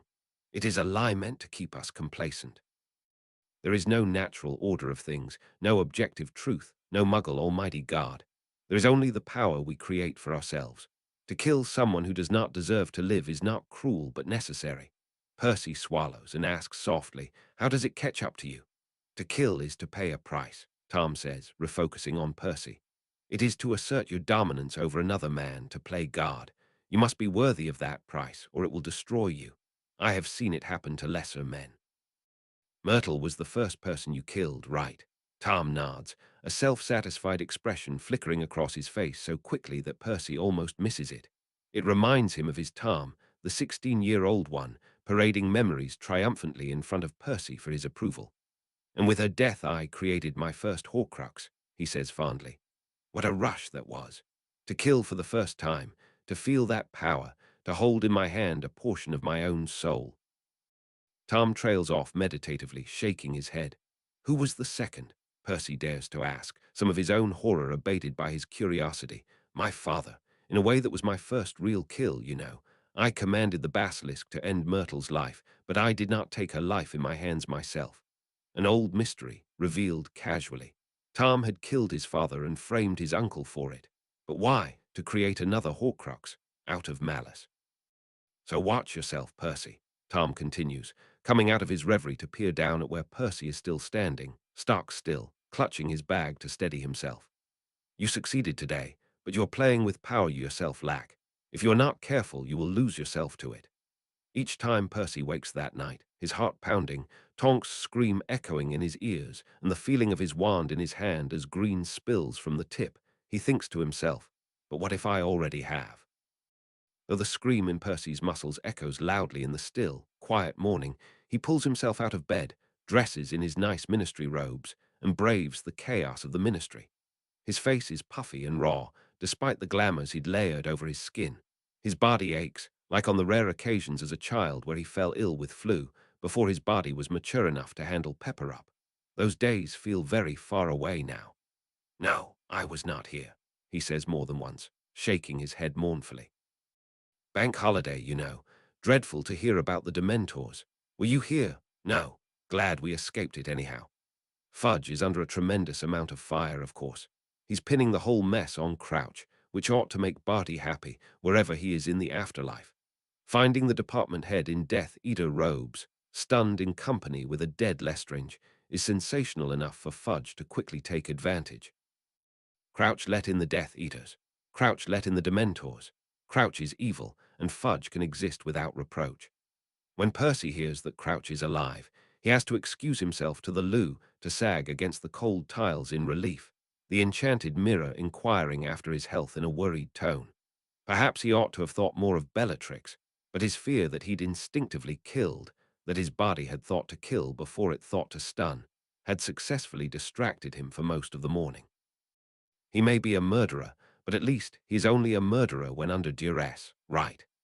Percy spends much of the morning dispiritedly writing a draft of the speech that Fudge is going to give at noon.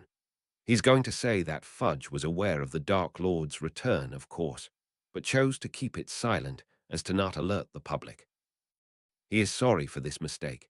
It is important for politicians to acknowledge their wrongs, or at least a version of their wrongs. But he took the time to secretly prepare an Aura task force, led by Scrimgeour and Moody. The words flow easily out of Percy's quill while he struggles against the exhaustion in the back of his head. This is such a waste of time. Act before it's too late, whispers Tom, and Percy shudders, banishing the memory to the back of his mind. He will have to better confront the events of yesterday, but not now, not in the ministry, not when so much still hangs by a thread. Percy does not see the speech be performed, however, because he spends his lunch hour being interrogated by a pair of stocky-looking auras. Percy worked under Crouch for nearly 2 years.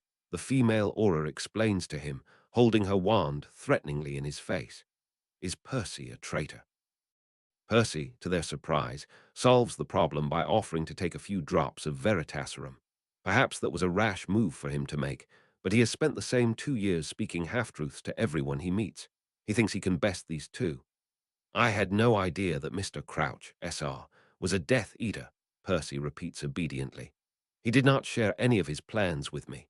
I barely spoke to him during my time as his assistant. True, all bloody true, thanks to the senior that Percy tacks on to every statement. These auras must be amateurs. They ask Percy only if he saw who killed Crouch, to which he said no very truthfully, not if he knew who killed Crouch. If the auras know of the younger Crouch's role in the deranged, tragic play, they do not ask Percy, and Percy does not volunteer the information.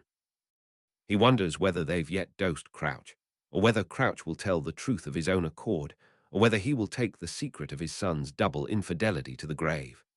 Though surely they found Barty's body in the chaos.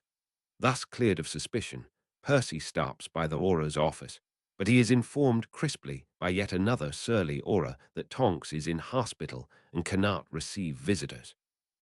Thus the day makes way to afternoon, and Percy is sitting by himself, listening to the faint sounds of Fudge bellowing angrily at someone and feeling very alone. When he closes his eyes, he sees the green flash of his wand and the laughter of Bellatrix cut short, sees Crouch pointing his wand at his own son, sees Tonks crumpling to the floor. He tries to keep his eyes open, but he does not always succeed.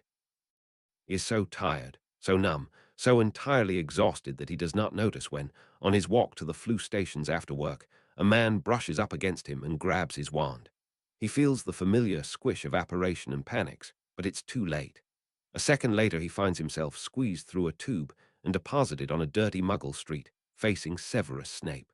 "Again, Weasley, you would be dead had I wanted to," Snape says with some irritation. "You must have your guard up at all times." Percy only shrugs. He can't focus past the incessant pounding in his head. What if Tonks died? What if Lucius comes to kill him? What if Dumbledore? None of it matters, none of it, and he is so bloody tired. Snape slaps him very firmly across the face. Percy blinks and raises a hand to his smarting cheek, able to focus on Snape properly for the first time.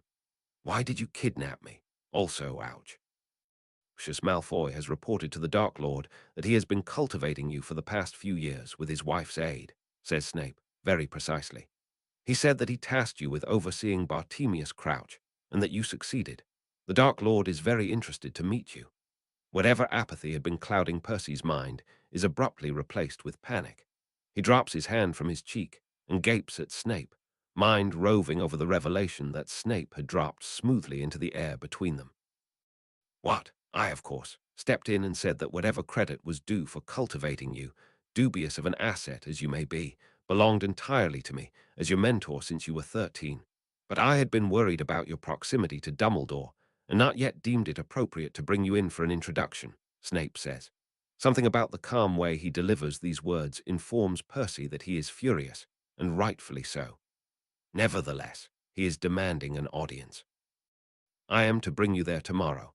"I can't go," Percy says desperately. "Snape, please. You were there wearing the robes under Lucius' apparent protection," Snape shouts, his voice rising on the last, a sign of how close to losing control he is. "You have no choice, you bloody imbecile, unless you flee right now." He takes a deep breath and visibly calms himself, looking at Percy. In a much softer voice, he continues, "Weasley, Percy, you should go. You have done your part. You have sent yourself back through time, alerted me to the Horcruxes, and even destroyed one. You should flee this country and not return till the war is through. Otherwise you will die. You have not the skill to parry with the Dark Lord." For a second, Percy considers it, considers letting down his burden, returning Tom to Snape, going to live in America or Argentina or Australia. Then he shakes his head. "I can't." Snape shakes his head in resignation. "Come," he says. "My house is not yet under surveillance. We will talk more there." Snape's house is barely a house, more of a dirty, ramshackle residence, a supremely ugly house filled with dust and dirt, and not least the suggestion of quite a few bugs. Snape sees the look on Percy's face and laughs dryly. "I spend little time here." "I can see why," says Percy primly. The sofa inside the parlor is clean, however, and so are the cups with which Snape serves tea. Percy takes the time to try and clear his head, which proves to be impossible. Every time he blinks he sees eyes. Tom's eyes, dark and mysterious. Bellatrix, her eyes the same shade of grey as her sister and her cousin. Crouch, both of them sharing the same deep brown. And Voldemort, his gaze red and amused, scolding like a miscast heating charm on a cold day. "Tell me about what happened," Snape orders when the tea has been made and duly served. Percy tries to take a fortifying sip of tea, but his throat is tight, and the hot water slips dully down his throat. Swallowing, he forces it down, and then retells the whole sordid tale to Snape, who listens without expression until the revelation that Percy was the one who had killed Bellatrix Lestrange. "Congratulations," says Snape in an eerie echo of Tom. "You've felled one of the most powerful followers of the Dark Lord." "I killed her, Snape," Percy exclaims, and suddenly it all pours out of him. "I killed her just like that. I just saw her and I said the words and she died, because of me." "Again, my congratulations," says Snape, raising an eyebrow. "I did not know you had such an act inside of you." "Snape, I'm being serious," pleads Percy. "I killed her, Snape, not even in a duel. I was hiding like a coward, and I heard Tonks scream, and then I just pointed my wand at her and she died." He stops, his chest heaving, but Snape only looks back at him coolly, his grave expression giving no hint of whether he feels Percy should truly be proud of himself, or ashamed, or something else entirely. Percy searches Snape's gaze and finds nothing with which to steady himself on, which makes him feel oddly rattled and off balance. "And you feel guilt?" I don't feel anything. Snape, I don't feel anything. Oh, I'm glad Tonks didn't die, but I feel nothing about Bellatrix Lestrange. Snape takes a sip of his own tea, slowly, calmly, and then regards Percy over the top of the cup. This is war, he says quietly but intently, his black eyes gleaming. Percy's panicked breath catches in his throat and stills. She was an enemy to you. If she had killed you, all of our plans would have been for naught. It is better for you to feel nothing. It is safer for you that way. If we survive this war, Percy, we will mourn for those we've killed, but we will feel nothing about it until that day except pride that we are achieving our goals. Is that understood? Percy swallows back a sob and nods, focusing desperately on Snape's words as if they were a lifeline. To kill is to harm your soul, Snape continues, his voice low but steady. We know this. We know that we will have to earn repentance, in this life or the next, it matters not. But to kill without meaning, to kill without finishing the task we are killing for, to murder senselessly and thoughtfully, that is what will truly harm you in the end. So we can kill, if we do it for the job, Percy says, and something about that eases the tightness in his chest. Snape nods slowly. If we finish our job, we will save hundreds from death or worse. After we do that, you can worry about your little soul all you want. You can decide whether the lives you took were worth the lives you saved. But if we don't finish, the lives we took will be for naught. Yes, Percy nods again, taking another sip of tea which slithers softly down his throat without pause. I had some nightmares, he admits, glancing away, and today I thought of it often, but I don't feel, what kind of person am I if I don't? I don't feel anything. You will one day, says Snape. It does not hit you all at once like in a story. It will build slowly and inexorably, and you will have to constantly measure yourself against the guilt and decide to conquer it. Who was the first person you killed? He asks, the same way he asked Tom last night. To his surprise, Snape answers him. A muggle. You will find out soon. At the Death Eater's initiation, you are expected to display dark magic and prove your worth. How did you kill him? Percy asks cautiously, not wanting to think about having to find out soon what that will be like. I killed her with a killing curse, Snape says quietly. The Dark Lord had been encouraging me to try an unforgivable. I had spoken to him before my initiation several times. In those days, he recruited promising talent personally. He told me the curse would be easy, like blowing out a candle, Percy says with Snape. They share a pregnant pause, and in that glance something like understanding passes between them, something like having been recruited by the same charismatic boy, something like acknowledging the same restless desires in their souls. Snape's lips quirk, and he looks down at his tea. I suppose he reuses the same material, he says dryly. I assure you at the time I felt very special, singled out by his interest. Percy can understand that. Was it different? Killing a muggle. At this question, Snape leans forward and Percy looks up, surprised at the movement. You think it would be different? Percy gives an uncomfortable shrug, caught in the question. My mother kills animals all the time, he says, muddling through his response, unable to articulate what he means. Snape gives an incredulous laugh, which lands on Percy's skin like droplets of burning ash. I hope that your parents never hear you ask that question, he says darkly, nor Albus, or you will never be redeemed in their eyes. But muggles are different, protests Percy, defensive. I do not think they are lesser, just different. You do not know what you think because you have never had to think about it, Snape snaps back. I will correct your assumption, Weasley, and let me not see you make the same mistake again. I grew up with muggles. My father was the worst muggle I've ever met, but her parents were the best that I have known. I studied with them, lived with them, and still see them now in this God-forsaken town. Let me clear. The only difference between muggles and wizards is their ability to use magic. But, Percy begins, thinking of souls, of a magical core, of the way Roberts, Naborhat had seemed so flat and colorless, his memories blurred. It is no easier to kill a muggle than a wizard, Snape says, each word vicious, like the slice of a blade on Percy's skin. It is to the purebloods' advantage to pretend otherwise, to act as though muggles are little more than animals, worthy of either protection or exploitation, but animals nevertheless. Percy tries to say something, but then falls silent, his words caught in his throat. Even when Arthur speaks of muggles, it is with a childlike wonder, like how Charlie speaks of dragons or Bill of goblins, with respect but yet acknowledgement that they are something to be studied, something to be kept separate, something fundamentally different. You will see, says Snape, sooner rather than later if you are not to flee his service. Percy swallows. So I will have to go to him. He will want you in his ranks, though I imagine not immediately. He will suspect you, of course. You are a Weasley. Your family is notably under Dumbledore's protection. But the prospect of stealing away one of the light children will be irresistible to him, particularly with Lucius and my joint approval. Do you think I can prove to him that he can trust me? You will be able to try, but you will have to commit to it, says Snape soberly.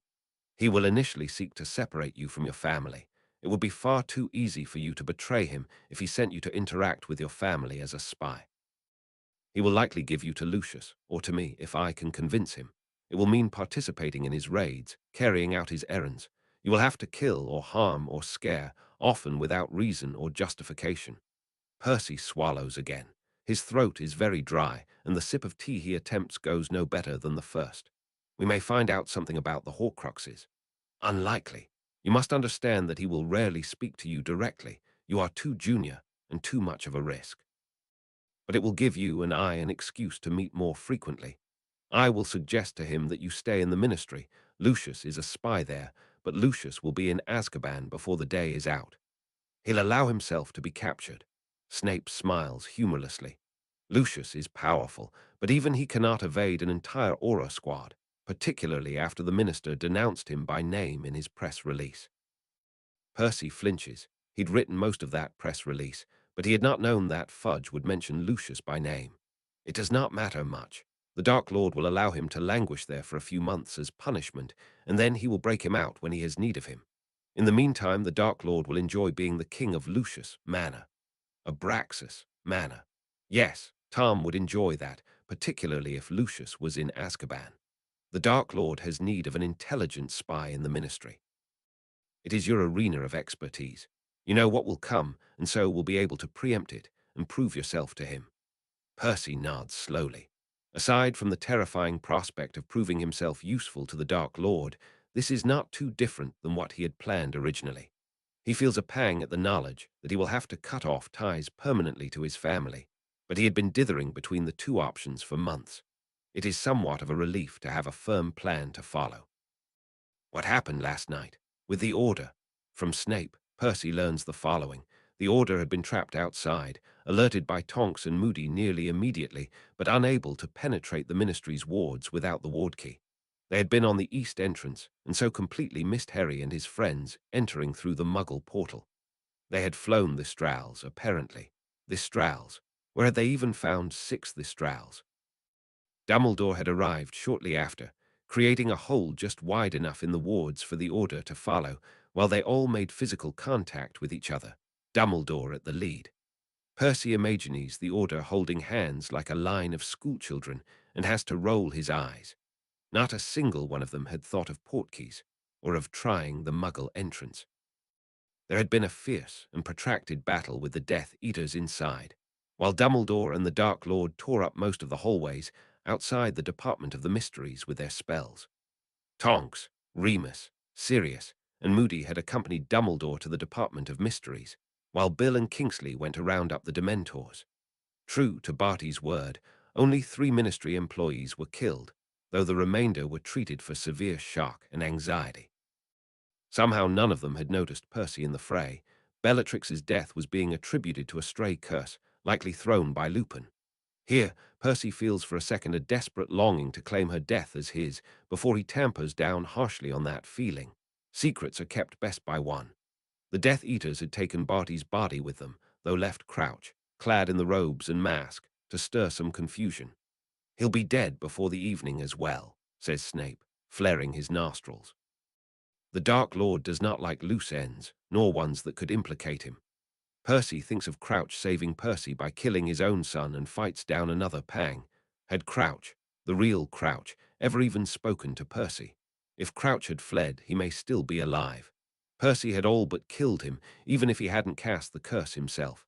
Does that make him a murderer?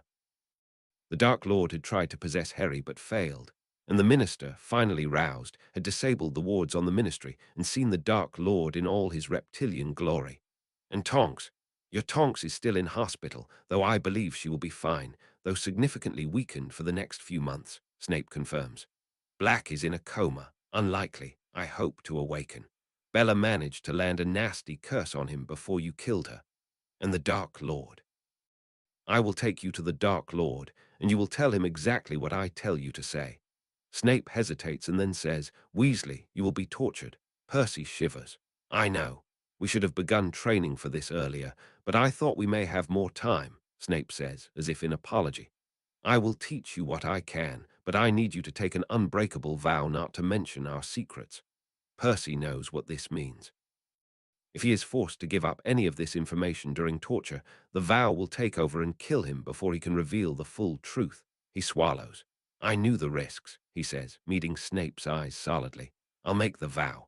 In the next second, Percy tenses instinctively as Snape's face closes off. His next words only confirm that Percy was correct to be on his guard. I am going to bring you to Albus as well. He will be our bonder. What? Percy.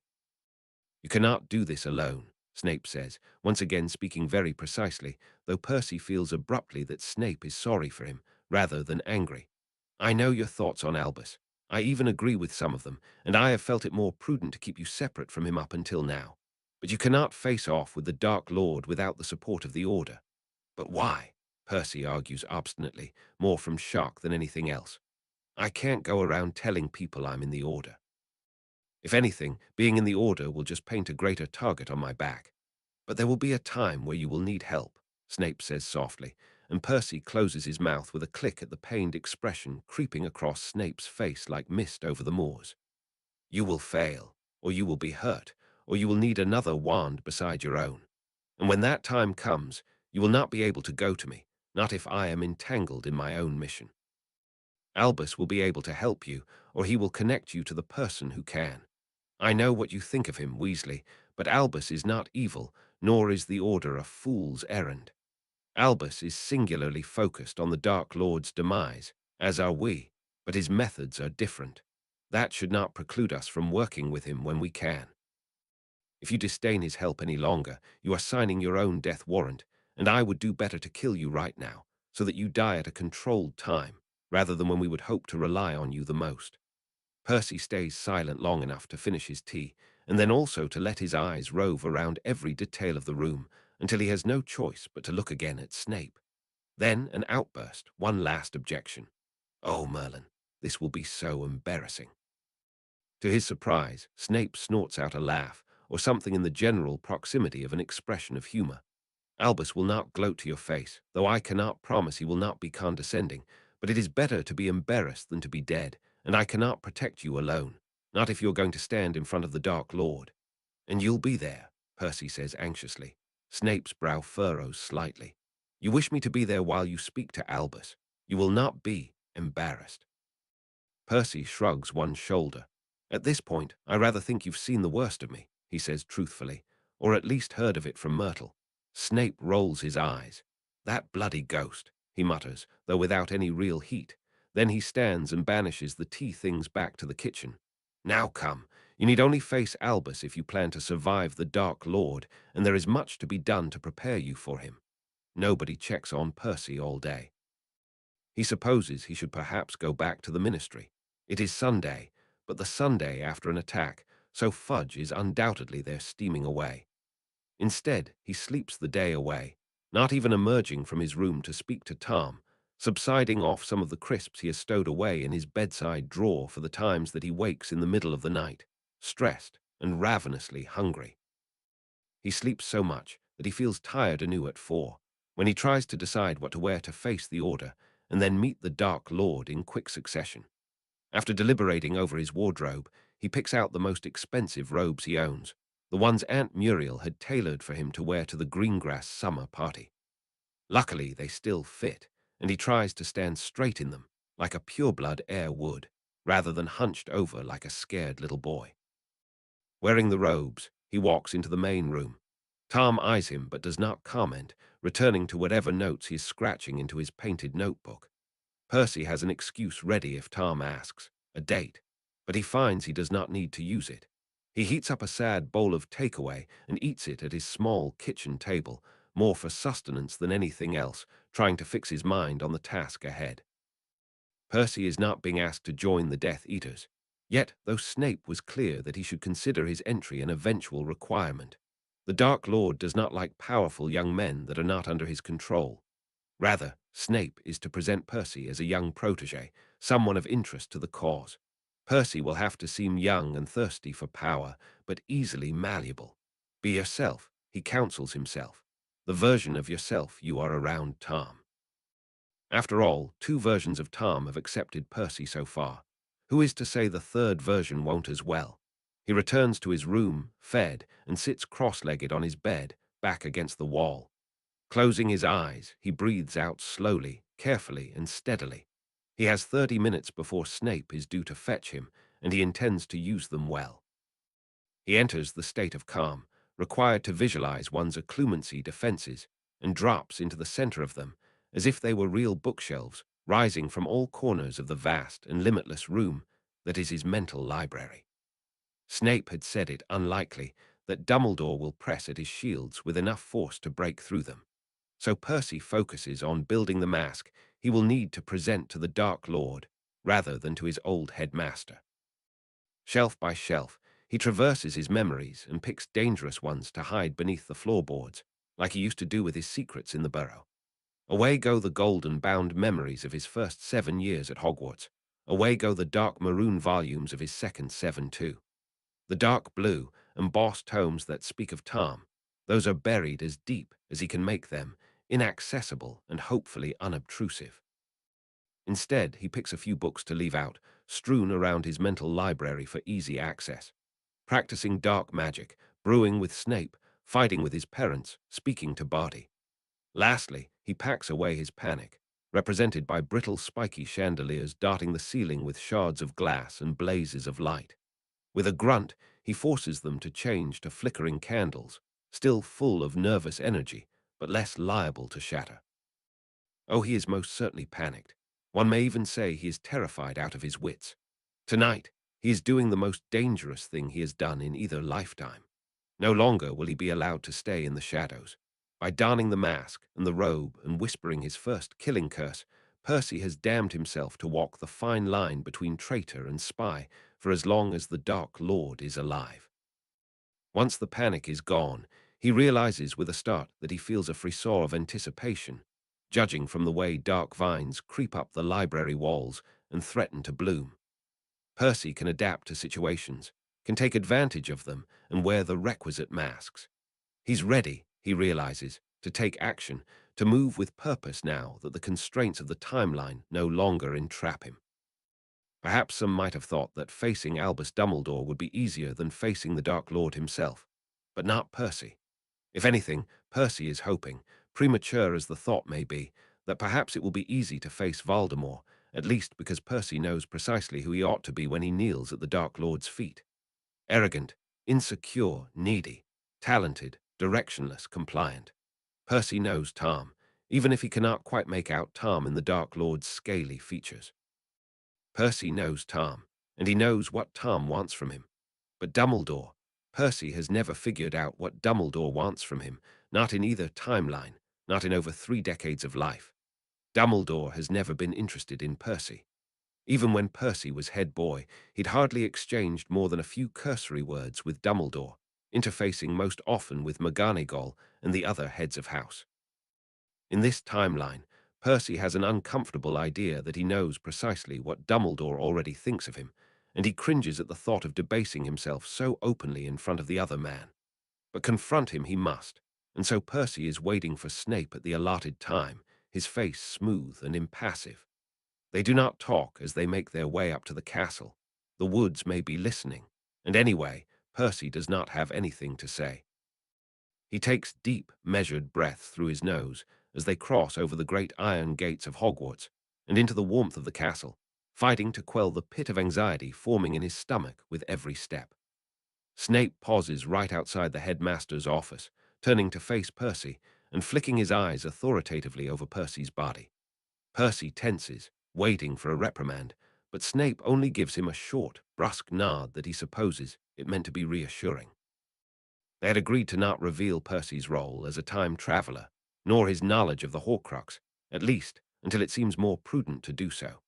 But Snape had encouraged Percy to be as truthful as possible, which it occurs to Percy now is the exact same approach he'd mentioned for the meeting with Dark Lord, due to occur in 4 hours. Percy smooths all vestiges of nervousness from his face as the staircase glides smoothly to the top. But he cannot prevent a start of surprise when the door swings open to reveal Dumbledore, Moody, Cedric, and McGonagall, all staring at him with varying degrees of warmth. "Welcome, my boy," says Dumbledore, standing from behind his desk. His eyes twinkle as they are off to do, and Percy flicks his gaze away instinctively. He waits for the pressure in his mind and finds it just as Snape had predicted, a light fluttering over Percy's shields. Perhaps Dumbledore is surprised by the strength of Percy's mental defenses, and perhaps he is relieved, but either way he withdraws nearly immediately from Percy's mind. Snape presses his foot against Percy's ankle, and Percy takes the hint, walking into the room. He lingers awkwardly in the middle, right in front of Dumbledore's desk, with the 3 others on his left and Snape on his right. Percy cannot help but be reminded of Harry's trial, a full year ago now, though he doubts Dumbledore will swoop in to be his savior just when it seems all hope may be lost. McGonagall clears her throat, just slightly, and Percy flinches in response. "Thank you for having me, headmaster," he says politely, taking the hint for what it was. Turning, he gives a short bow to the others, bending at the waist but not reclining further than a strict 30 degrees. The pureblood bows are likely wasted on Moody, Cedric, and McGonagall, but they give him a measure of structure to rely on and calm some of the frenetic breathing of his heart. "My thanks to you 3 as well for attending. Professor, Aura Moody, Cedric." Cedric gives him a friendly smile, and even McGonagall inclines her head in turn, though Moody merely pins him with an intense glare, his blue eye swiveling madly as if to rove up and down Percy's figure. Dumbledore takes a seat and conjures up chairs for the rest. Percy's is hard and uncomfortable, but months of taking tea with Narcissa serves him well, and he perches delicately on the end, his spine straight. "I understand that you have something to say to us all, my boy," Dumbledore prompts him when it becomes apparent that Percy is not going to begin without cause. Percy does not look at Snape for reassurance, but he wants to, and he pretends that the shimmer of light near Dumbledore's window is Myrtle, hovering nearby. Focusing on it, he begins the speech that he had prepared. "As you all know, I have not approached you, headmaster, about joining the Order, though the remainder of my family has been inducted as members," Percy says clearly. "My objections to joining were threefold. I felt there was opportunity for me to grow closer to some of the Death Eaters, which I felt would be challenged by my alignment with the opposite side. I admit I had misgivings about the efficacy of the Order's methods and was not sure it prudent to join, and I felt slighted by not being explicitly asked to join, which led me in my pride to stay at a distance." Here he pauses, but nobody seems to want to question him, which poses a bit of a problem, as he had prepared more extensively for objections, rather than for uninterrupted monologue. "When I learned that Barty Crouch, Jr., had taken the place of his father, I informed my brother, Bill, the very same day, hoping he would take it back to the Order. He was unable to confirm, of course, but I presume he came to you, headmaster, or to my parents." Dumbledore inclines his head gently. "He spoke to me directly, and I cautioned him not to speak of these matters to anyone else, including the rest of the Order. I apologize if you felt alone, my boy, but you understand we could not inform you that the information had been received." Percy smiles tightly. Had he not alluded to the very same point in his previous sentence? But he soldiers on despite his instinctive irritation. "I would have told him to do the same, had I the chance. Of course, between my father's attack and the attack on the Ministry, I am afraid that my information did not come to much good." Here Snape comments silkily, as if to remind Percy to keep his temper in check. "I would agree with Mr. Weasley that we ought to review the Order's response to the attack on the Ministry, Albus. The Aurors were able to arrive far before the Order." Dumbledore smiles enigmatically. "Indeed, Severus. Mr. Weasley, did you have more to continue?" Percy clenches his toes in his shoes as he smiles pleasantly. Barty's close supervision was, of course, quite an ordeal for me to bear. Here he turns to Cedric, summoning up the courage for the revelation to follow. I wanted also to apologize to you, Cedric. Barty Crouch killed your father. I wanted to inform you as soon as I found out, but I felt it unwise to reveal what I had learned. I am sorry I did not notice Barty's impersonation of Mr. Crouch sooner. Cedric's eyes flick to Dumbledore, who, Percy cannot help but notice, looks displeased at Percy's revelation of Barty's role in Amos Diggory's death. Barty Crouch killed my father. Why didn't you tell me? I had my suspicions, but I was not certain, dear boy, says Dumbledore, bestowing a grandfatherly smile on Cedric. Cedric seems to miss the smile, however, turning instead to Percy with eyes bright with tears. Thank you for letting me know, Cedric says, leaning forward in his chair as if to reach out for Percy's arm. He shoots a glance at Dumbledore and then adds pointedly, and thank you for smuggling me letters all year. The DA learned quite a lot from those letters. There is a ripple of shock at the revelation that Percy had helped with the Percy resists the urge to smile smugly, instead settling back in his chair, and Dumbledore takes back the reins of conversation quickly.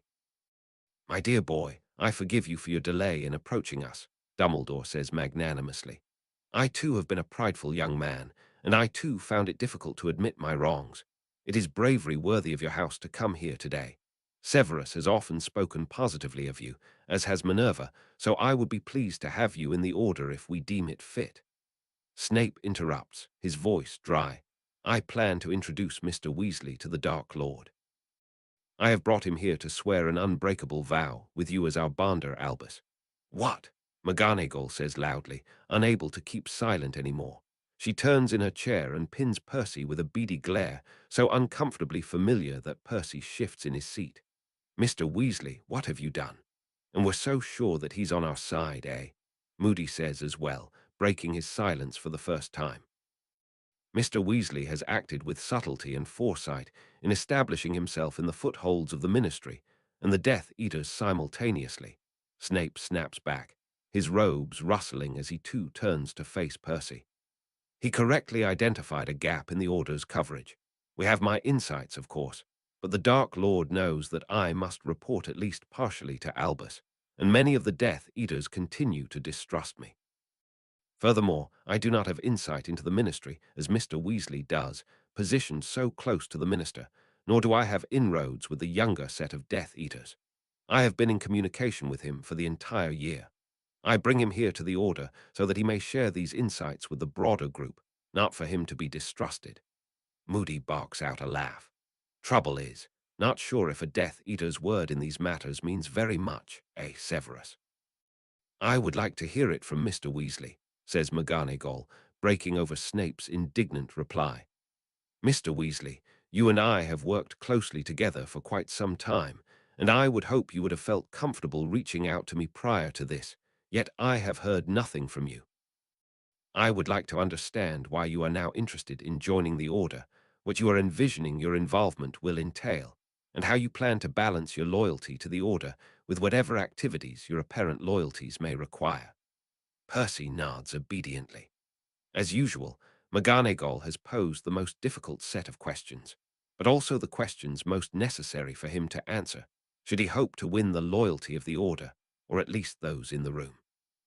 To begin, I was not asked to join the Order, he points out, and I was not sure if your loyalty to the Order would prevent you from speaking to me.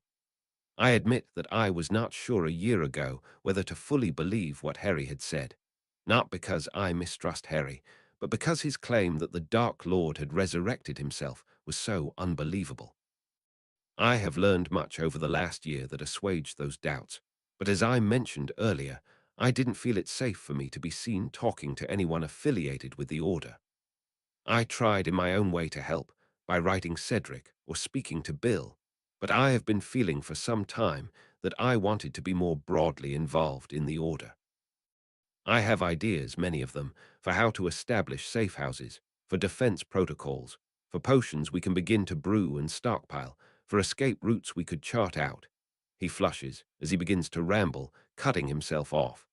But I think it will continue to be true that I cannot be seen in any of your company. And as for the last question, here he trails off, and he finds himself glancing to Snape for help. Snape gives a short nod, much like the nod he gave outside the door, and says, "It will be difficult, but not impossible. That is why I spoke to Albus about widening your group of handlers, as they are called in covert operations such as these. For you to be alone is dangerous. You will more easily fall to the thrall or find yourself swept up in matters you cannot escape. You will need to remind yourself of your allies, of your purpose, of your principles, and I believe those in this room will help you do that. So we are to keep this a secret from the rest of the Order," McGonagall interrupts, her voice heavy with unease. "Albus, I do not think this wise. His family, they will think the worst of him." When attention swings back to Dumbledore, Percy notices with a hint of anxiety that his face is pensive, as if something new has occurred to him. But when the headmaster talks, his voice is as composed as ever. "I am prepared to welcome Mr. Weasley into the Order. But his involvement must be kept to only those in this room.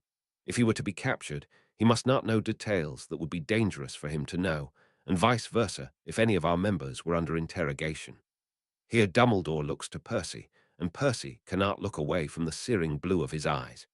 "Harry trusts you, Mr. Weasley, as do your brothers, but they are young and not capable of subterfuge. I do not believe they will be able to hide their true feelings if asked. Their dislike of you will be your greatest defense.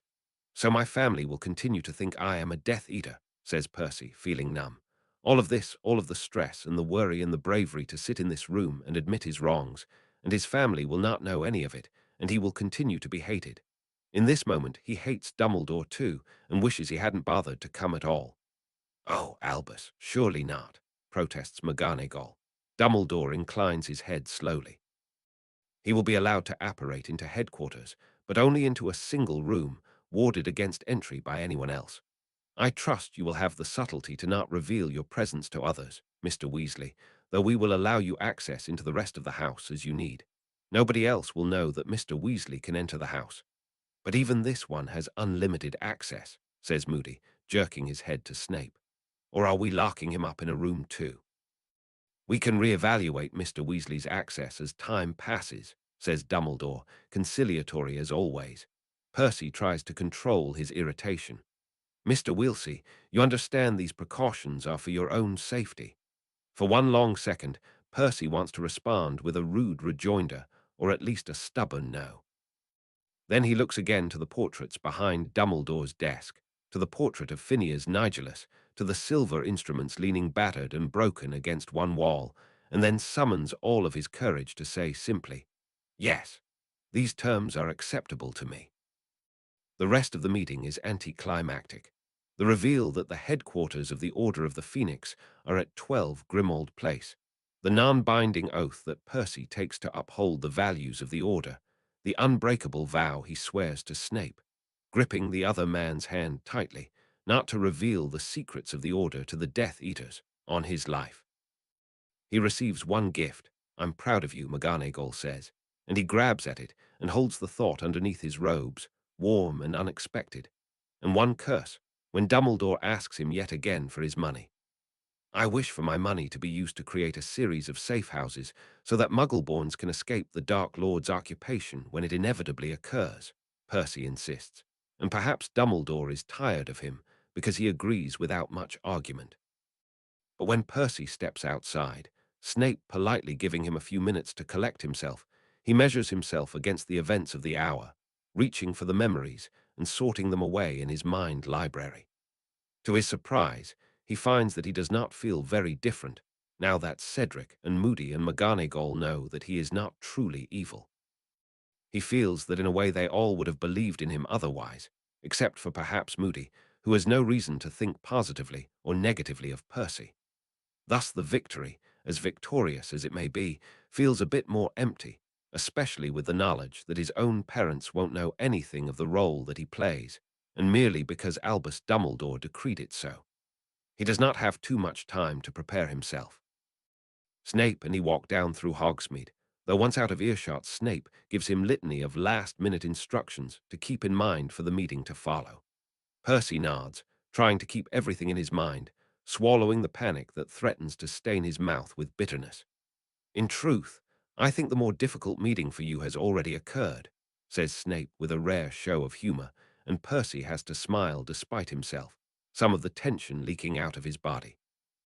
When Snape offers his arm to apparate Percy, however, all of the panic snaps back into Percy's body, and he finds that his palms are too sweaty to grip comfortably on Snape, and he has to wipe them on his robes, which is humiliating and does nothing for his mental calm. The meeting is held in Malfoy Manor, though Lucius, of course, is not present. Snape had informed him on the way down to the apparition point in Hogsmeade that a ministry squad led by Alistair Moody himself surprised Lucius on his way to Gringotts and apprehended him before the man could withdraw any money from his vault. It was an idiotic thing to do, going to Gringotts, Snape had said with an elaborate eye roll. But then again, Lucius has always been impulsive. They apparate to the gate and make the long and chilly walk up to the front door. Percy has done this walk before, of course, but always in the warmth of the day and always at the invitation of Narcissa. At night, the peacock's screeches are frightening rather than humorous, and the large fir trees to either side seem to whisper softly of dangerous secrets hidden within their thick coat. Percy gulps and pulls his cloak around him tighter. "Remember," Snape says, right before they walk in, "you have a right to be here. This is what we have been working toward." To an eavesdropper, this would sound like Snape reassuring his mentee, but to Percy, it is a reminder of what they still have ahead of them. He nods grimly, readjusts his mental wards, and follows Snape inside. As Snape leads him nimbly to a ballroom that Percy has never entered, a change comes over the man. He walks straighter, more powerfully, his stride altering until his robes billow around him with purpose. It is a version of the walk Percy has seen him employ to great effect at Hogwarts, but infinitely more sophisticated. When Percy glances at Snape's face right before they enter, he is taken aback by the cool, mocking smirk that lingers around the sides of Snape's lips. The way his face is suddenly hard and threatening, his dark eyes inscrutable. But he is no bat of the dungeons, with greasy hair and an unpleasant smile. This darkly amused expression looks less like he wants to give somebody detention, and more like he knows he could dismember an enemy 6 separate ways, and he just might if someone dared question him. Only now does Percy realize how much Snape relaxes in his presence, at least visibly. It frightens him, but it also relieves him to know that Snape is, at least nominally, on his side. As they stride through the halls, Percy can feel the Dark Lord's magic twisting around him, like an oily tentacle examining him with interest. "Percy." He hears echo through his head, Tom's voice somewhere in between its normal silky tones and the Dark Lord's high tenor. "Welcome, Percy." When Snape strides into the large ballroom where the Dark Lord is waiting, Percy tagging at his heels, he somehow manages to convey respect but not subservience. The bow Snape directs toward the Dark Lord is elegant but not obsequious. Percy, sweating despite himself, performs the bow he had practiced and hopes for the best. His mind is clear, so clear that his anxiety merely floats like mist on the outside of his shields, unable to penetrate his mind and take root. About 30 Death Eaters are spread throughout the room, talking in small groups. Still in a bow, Percy takes in the Dark Lord's snake, coiled affectionately at his feet. He does not feel the Dark Lord's presence heavily in his mind, but he has no doubt it is there, rifling through his thoughts, assessing his shield like Dumbledore had a few hours prior. "We have a lion in our midst," the Dark Lord says, pitching his raspy voice so that all of the conversation stops immediately. "Percival Weasley Pruett." Percy doesn't say anything. Babbling, Snape had impressed upon him, would be nothing short of foolish. "Tell me, Percival. How is it that a Weasley son came to win the support of the Slytherin head of house? I hear your brothers are less deserving of notice. I assure you it was not my skill with potions." Percy responds with wit born out of a desperation to keep the conversation about his family from becoming deserving of notice. In the odd, absent way that his brain seems to be processing this evening, he realizes that Voldemort smells of blood. "Nor your name and fortune, either," Voldemort says, amused. "Well, Severus, what proof do you have that Percival is no spy for Dumbledore?" Severus inclines his head. "The boy has been practicing dark magic since his 4th year, my lord. Even if he wished, Dumbledore would not trust him." "I would never trust Dumbledore," Percy says, entirely truthfully, filling his voice with as much hatred as he can. "Dumbledore has spent far too long running amok in the ministry, exerting control over Hogwarts, playing the game without an opponent. You wish to be his opponent? I hope you will, my lord, he says boldly. The Dark Lord chuckles, an oily, slick sound, and without hesitation he enters Percy's mind fully. Percy drops to his knees from the impact of it. When Snape enters his mind, it feels like mist, stretching its sly fingers to all crevices, embedding itself fully in his consciousness, impossible to fool. When Tom possesses him, it feels like a presence, solid, as if his mind were truly linked with Percy's. Dumbledore feels like the lightest of fingers, a soft breeze fluttering against his shields, something entirely too easy to overlook. But the Dark Lord feels like flames, spreading and consuming all that stands before it. He takes memories viciously. Dumbledore asking Percy to spy on his brother, the instant surge of anger that Percy felt that he was not worthy of attention himself. A basilisk, rearing its head, Percy reaching out with trembling fingers, Fiender twisting from Percy's wand, only to be consumed by a savage slash of McGonagall's wand. 16-year-old Tom flickering out in front of his eyes as a phoenix lets loose a glistening tear. Percy, killing mice, on his knees as he vomits from the disgust, his shaky realization that he does not like pain. Percy watching Severus Snape cast Imperio on his pet rat, a glimmer of awe underneath his shock. And his decision to come here, a memory they had staged yesterday, Snape telling him that to swear service is no easy task. Percy telling him firmly that he will pay the price if it allows him to command the respect he knows that he deserves. So many memories, so many real, so many unwittingly exposing Percy to what he truly is. An arrogant boy, a vain boy, a lost boy, trying desperately to achieve a goal he does not fully understand, angry and stifled, but still convinced his true potential has not yet been reached. Percy had protested at first, when Snape suggested he leave those memories unguarded. But seeing them now through the shared lens of their vision, he understands why it is so entirely plausible that he joined the Dark Lord. In another world, he very well might have. The Dark Lord's exit from his mind is jarring. Percy collapses, panting, on the stone in front of Voldemort. Voldemort's high-pitched laughter rings out, and cautiously the other Death Eaters join in. You had the pleasure of my earlier acquaintance, Voldemort says. I wonder why you did not earlier say hello. Percy ducks his head instinctively, pressing his forehead to the cool floor. I failed you, my lord, he whispers, his body tensing. I lost the diary. Dumbledore has it now, the Dark Lord asks lightly, dangerously. Not to my knowledge, my lord, Percy whispers, head still bowed. I would think it could lie in the chamber still. With your permission, I would look for it and bring it to you. It is brave of you to admit this, Voldemort comments, as if amused. I see the appeal of you Gryffindors. Perhaps we should recruit more widely. The Death Eaters titter on command. I believe the boy can help us, Snape says from beside Percy.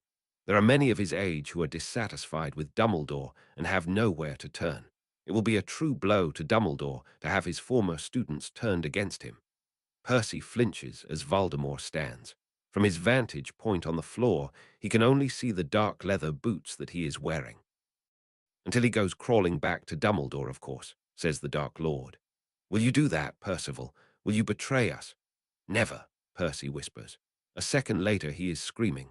The Cruciatus is like nothing he's ever felt. Time is slowed and compressed, the pain simultaneously invading every droplet of blood inside his body and cutting lacerations into his skin, his mind clouded with the fog of unrelenting horror. And then it ends, and Percy realizes belatedly that he's on his back, and his throat is raw from screaming, and his head is throbbing from where he banged it repeatedly on the floor in his convulsions.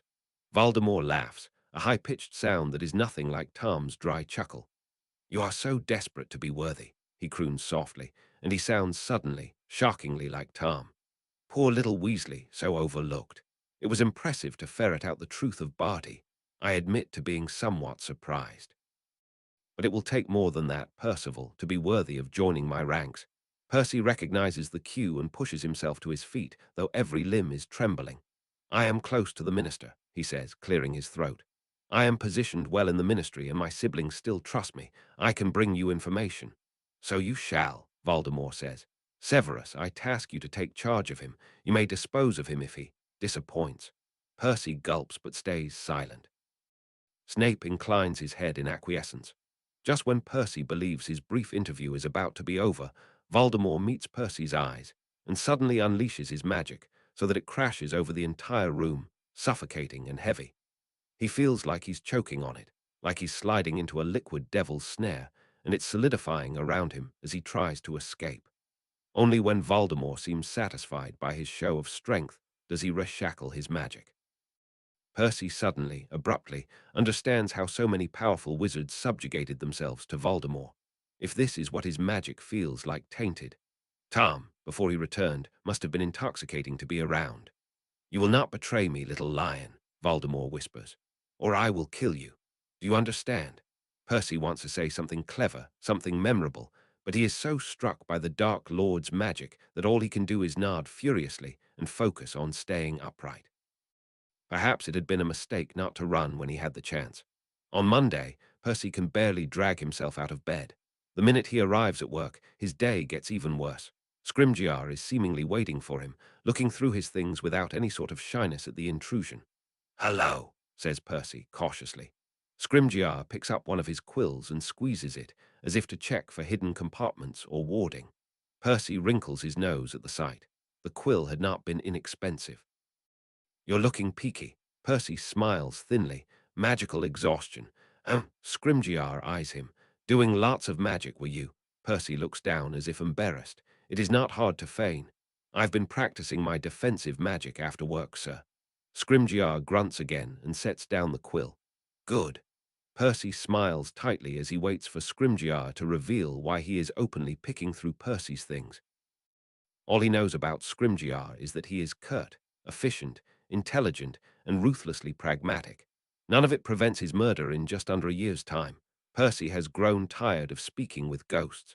"You're Fudge's boy," Scrimgeour says finally, as if he hasn't been communicating with Percy about the whereabouts of Sirius Black on Fudge's orders for the past year. "Junior assistant to the minister," Percy corrects pointedly. "I hear rumors of a vote of no confidence." Scrimgeour smirks. He's so very different from Fudge, tall and broad and clearly powerful. "Do you believe Crouch was a Death Eater this whole time? He was there that day, wearing the robes, though of course he succumbed to a heart attack shortly after. Odd, wouldn't you say?" "I do think it odd," Percy admits. He lowers his voice and says, "I had my suspicions, Minister, that Crouch and Lucius were involved in Amos Diggory's death. I spoke to Priscilla about it once, but we thought it dangerous to openly investigate further." There was something odd about Crouch, something I should have questioned more. He pauses and then adds, genuinely embarrassed, "I should have taken action earlier." Scrimgeour grunts for the third time. "And you, Weasley, am I, what, sir? Are you trustworthy?" Percy blinks and then tries to meet Scrimgeour's gaze solidly. "I believe so, sir." Scrimgeour looks at him steadily for another moment and then nods his head brusquely. "We need to speak with Harry Potter. It is clear that he is more important to this than we believed." "You believe what the papers are saying, sir, that he's the chosen one. A prophecy from the Hall of Prophecy was destroyed that night," Scrimgeour reveals. "A prophecy with Potter's name on it. He's in the thick of this, and while I can understand why he may not have wanted to work with Fudge, he'll understand he needs to work with me." "As head aura," Percy dares. Scrimgeour smiles. "It is not pleasant." "Weasley, you know better than that." The vote of no confidence is not announced that evening, but everyone in the ministry knows it is merely a matter of time. Percy avoids Fudge, for now. He instead volunteers to clean out Crouch's old office. A heart attack, or more likely, a curse from a Death Eater, one of the many that seem to walk the ministry's halls freely. Percy hasn't heard any more news of Crouch, the newspapers switching instead to praising the new aura force that Fudge has instituted. Fudge, it seems, does not want to linger on Crouch's perfidy. Inside Crouch's office, the ward breakers dismantle the wards on his desk. That elusive bottom drawer holds empty vials. Percy claims them quickly, letting it, accidentally, slip that Crouch frequently took stimulants. He examines them discreetly, polyjuice. He keeps them in case he ever needs the evidence. The top drawer contains documents that would have been important to Crouch, SR. His will, his vault information, his wife's death certificate, his son's. Percy bundles them up and owls them to Crouch's executor. Nothing nefarious here. Crouch's replacement is an elderly but fierce older woman named Esmeralda Vane.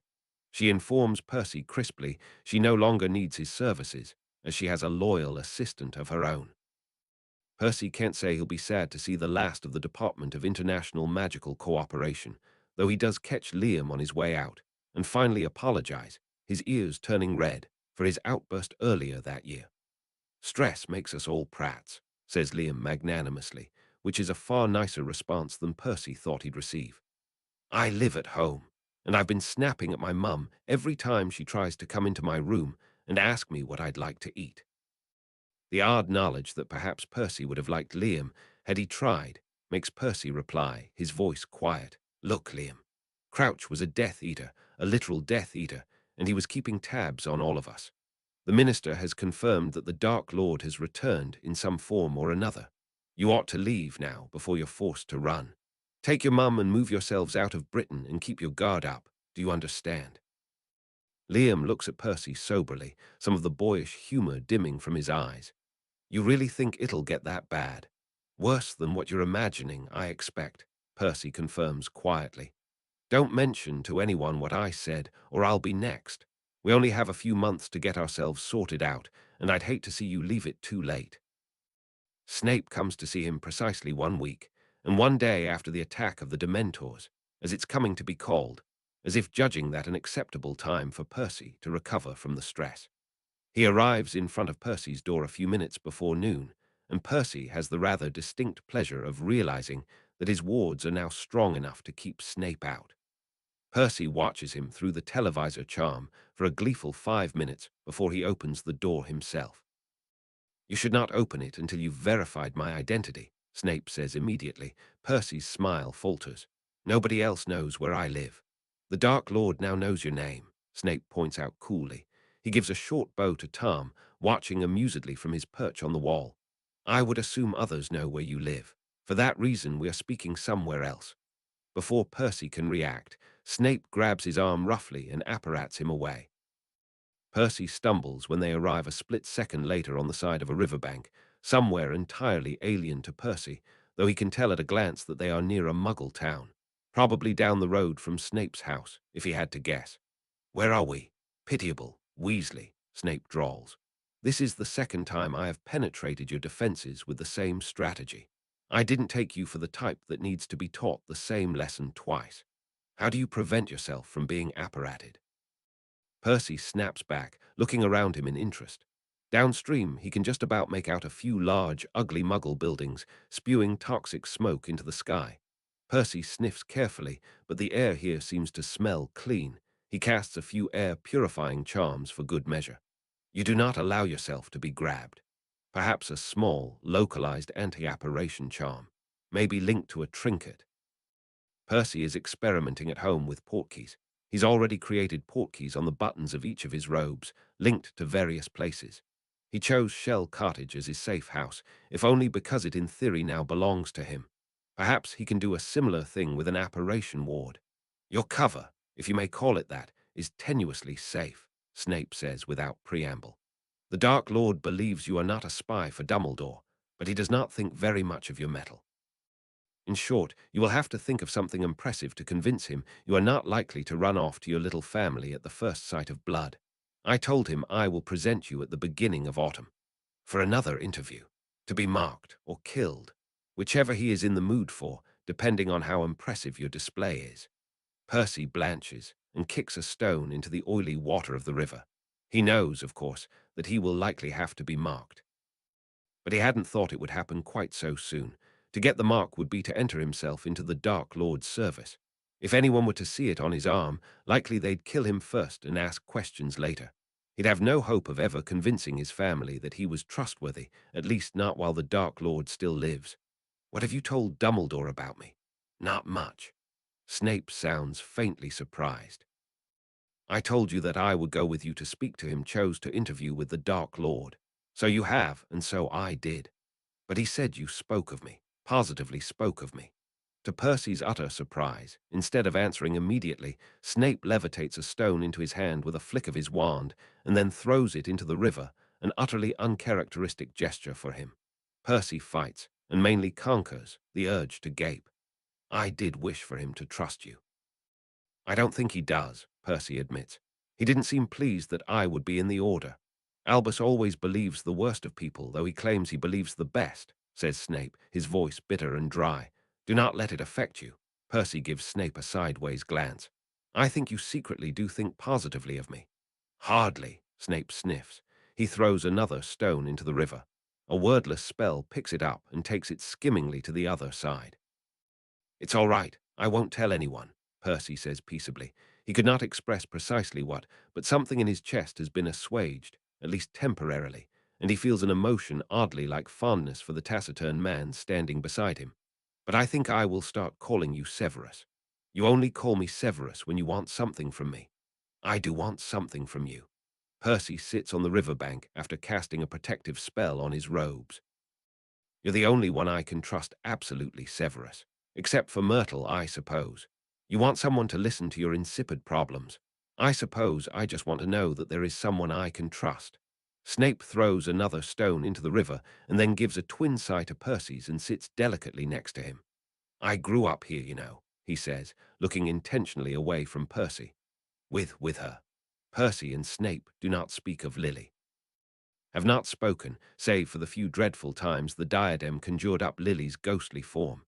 But Snape knows that Percy knows that the whole world knows of the story of Lily and Severus, ill-fated friends and possible lovers. It's nice. Snape snorts. The river is the only nice part of this town. You grew up poor, didn't you? Percy feels Snape bristle and hastens to explain. I can tell. You forget that I grew up poor too, twice. You grew up wizarding poor, Snape corrects nastily. Wizarding poor means you can mend clothing or finish chores with a flick of your wand. It means you can preserve old food or coax additional yield out of your garden. It means you will be warm and well and hardly ever sick, even if you cannot afford heated blankets or electricity or medicine. Percy had known Snape is a half-blood, but he had not known he had grown up as a muggle, although he'd said, just the other day, that his father had been a muggle, and he'd gone to school with them for many years. Percy can't help but wonder if Snape had used to think of muggles as animals too, or whether he'd thought all along they were the same as wizards and chose to follow the Dark Lord nevertheless. My father was the worst muggle I'd known, and her parents were some of the best. Perhaps it took him the last decade to balance those two ideas against each other. Do you truly think I should run and hide? Percy can feel the weight of Snape's gaze, even as he continues to look out over the river. I would not blame you if you did. But it is not easy to face the Dark Lord. You must be better at shielding your thoughts than you are at thinking them. You did well, hiding your mind, but that was with an entire day of preparation. It must become instinctive to you, so that you never falter, even if taken by surprise. You will be asked to do things, kill, perhaps, or stand idly by. Well, Percy has already done both of these things and survived. It is shameful that I would be willing to join without the mark. Once he's marked, it never leaves, does not fade even after the Dark Lord is defeated again. Percy cannot imagine walking through life with that stain on his arm. It feels so unfair, particularly if they manage to defeat Voldemort within a few years. I have had the mark for most of my life, Severus says quietly. I understand. They sit in strangely companionable silence.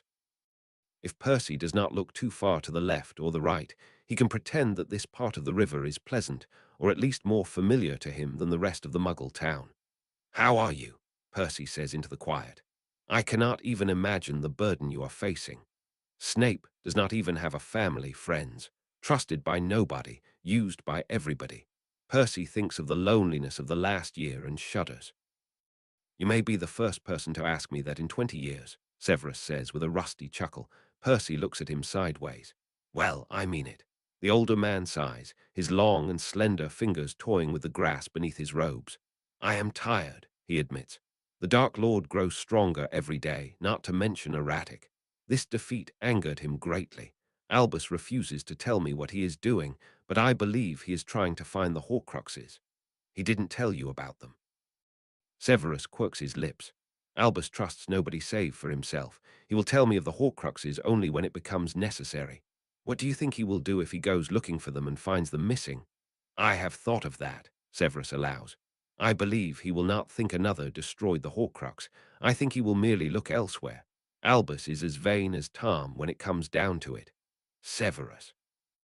was thinking, and with Bellatrix's death, her vault deed will pass to Narcissa Malfoy, Percy says carefully. If we could speak to her, I may be able to convince her to let us into her vault. You truly think he left a Horcrux with Bellatrix? You think he would not try and move it? Tom never got a Gringotts vault, Percy replies thoughtfully. He resented that, you know. I think he would keep one there, and the Black Vault is the most ancient one he has access to. I checked the other Death Eaters. None of them, even the Malfoys, have a lineage as pure as the Blacks. We will not be able to speak to Narcissa easily, Severus says with a sigh, but I will watch her. I don't know how you make enough time in the day for everything. Severus snorts. I tend not to sleep very much, he admits, but Albus has relieved me of the burden of tutoring Potter in the fine arts of the mind. He has the power of love, apparently, and no longer needs to protect his mind with such an insubstantial art like occlumency. Percy raises an eyebrow. The power of love. Likely Harry has some other skill or power that Dumbledore is guarding closely as a secret. Good to know. And you, are you ready for this next year? Are you? Percy counters obstinately before he lets out a long exhale. Truthfully, I'd hoped we would finish our task before this year occurred. As did I, admits Severus. But we are not yet defeated. No, says Percy, and for a very long time they sit there together, staring out over the river as it meanders slowly down the bank.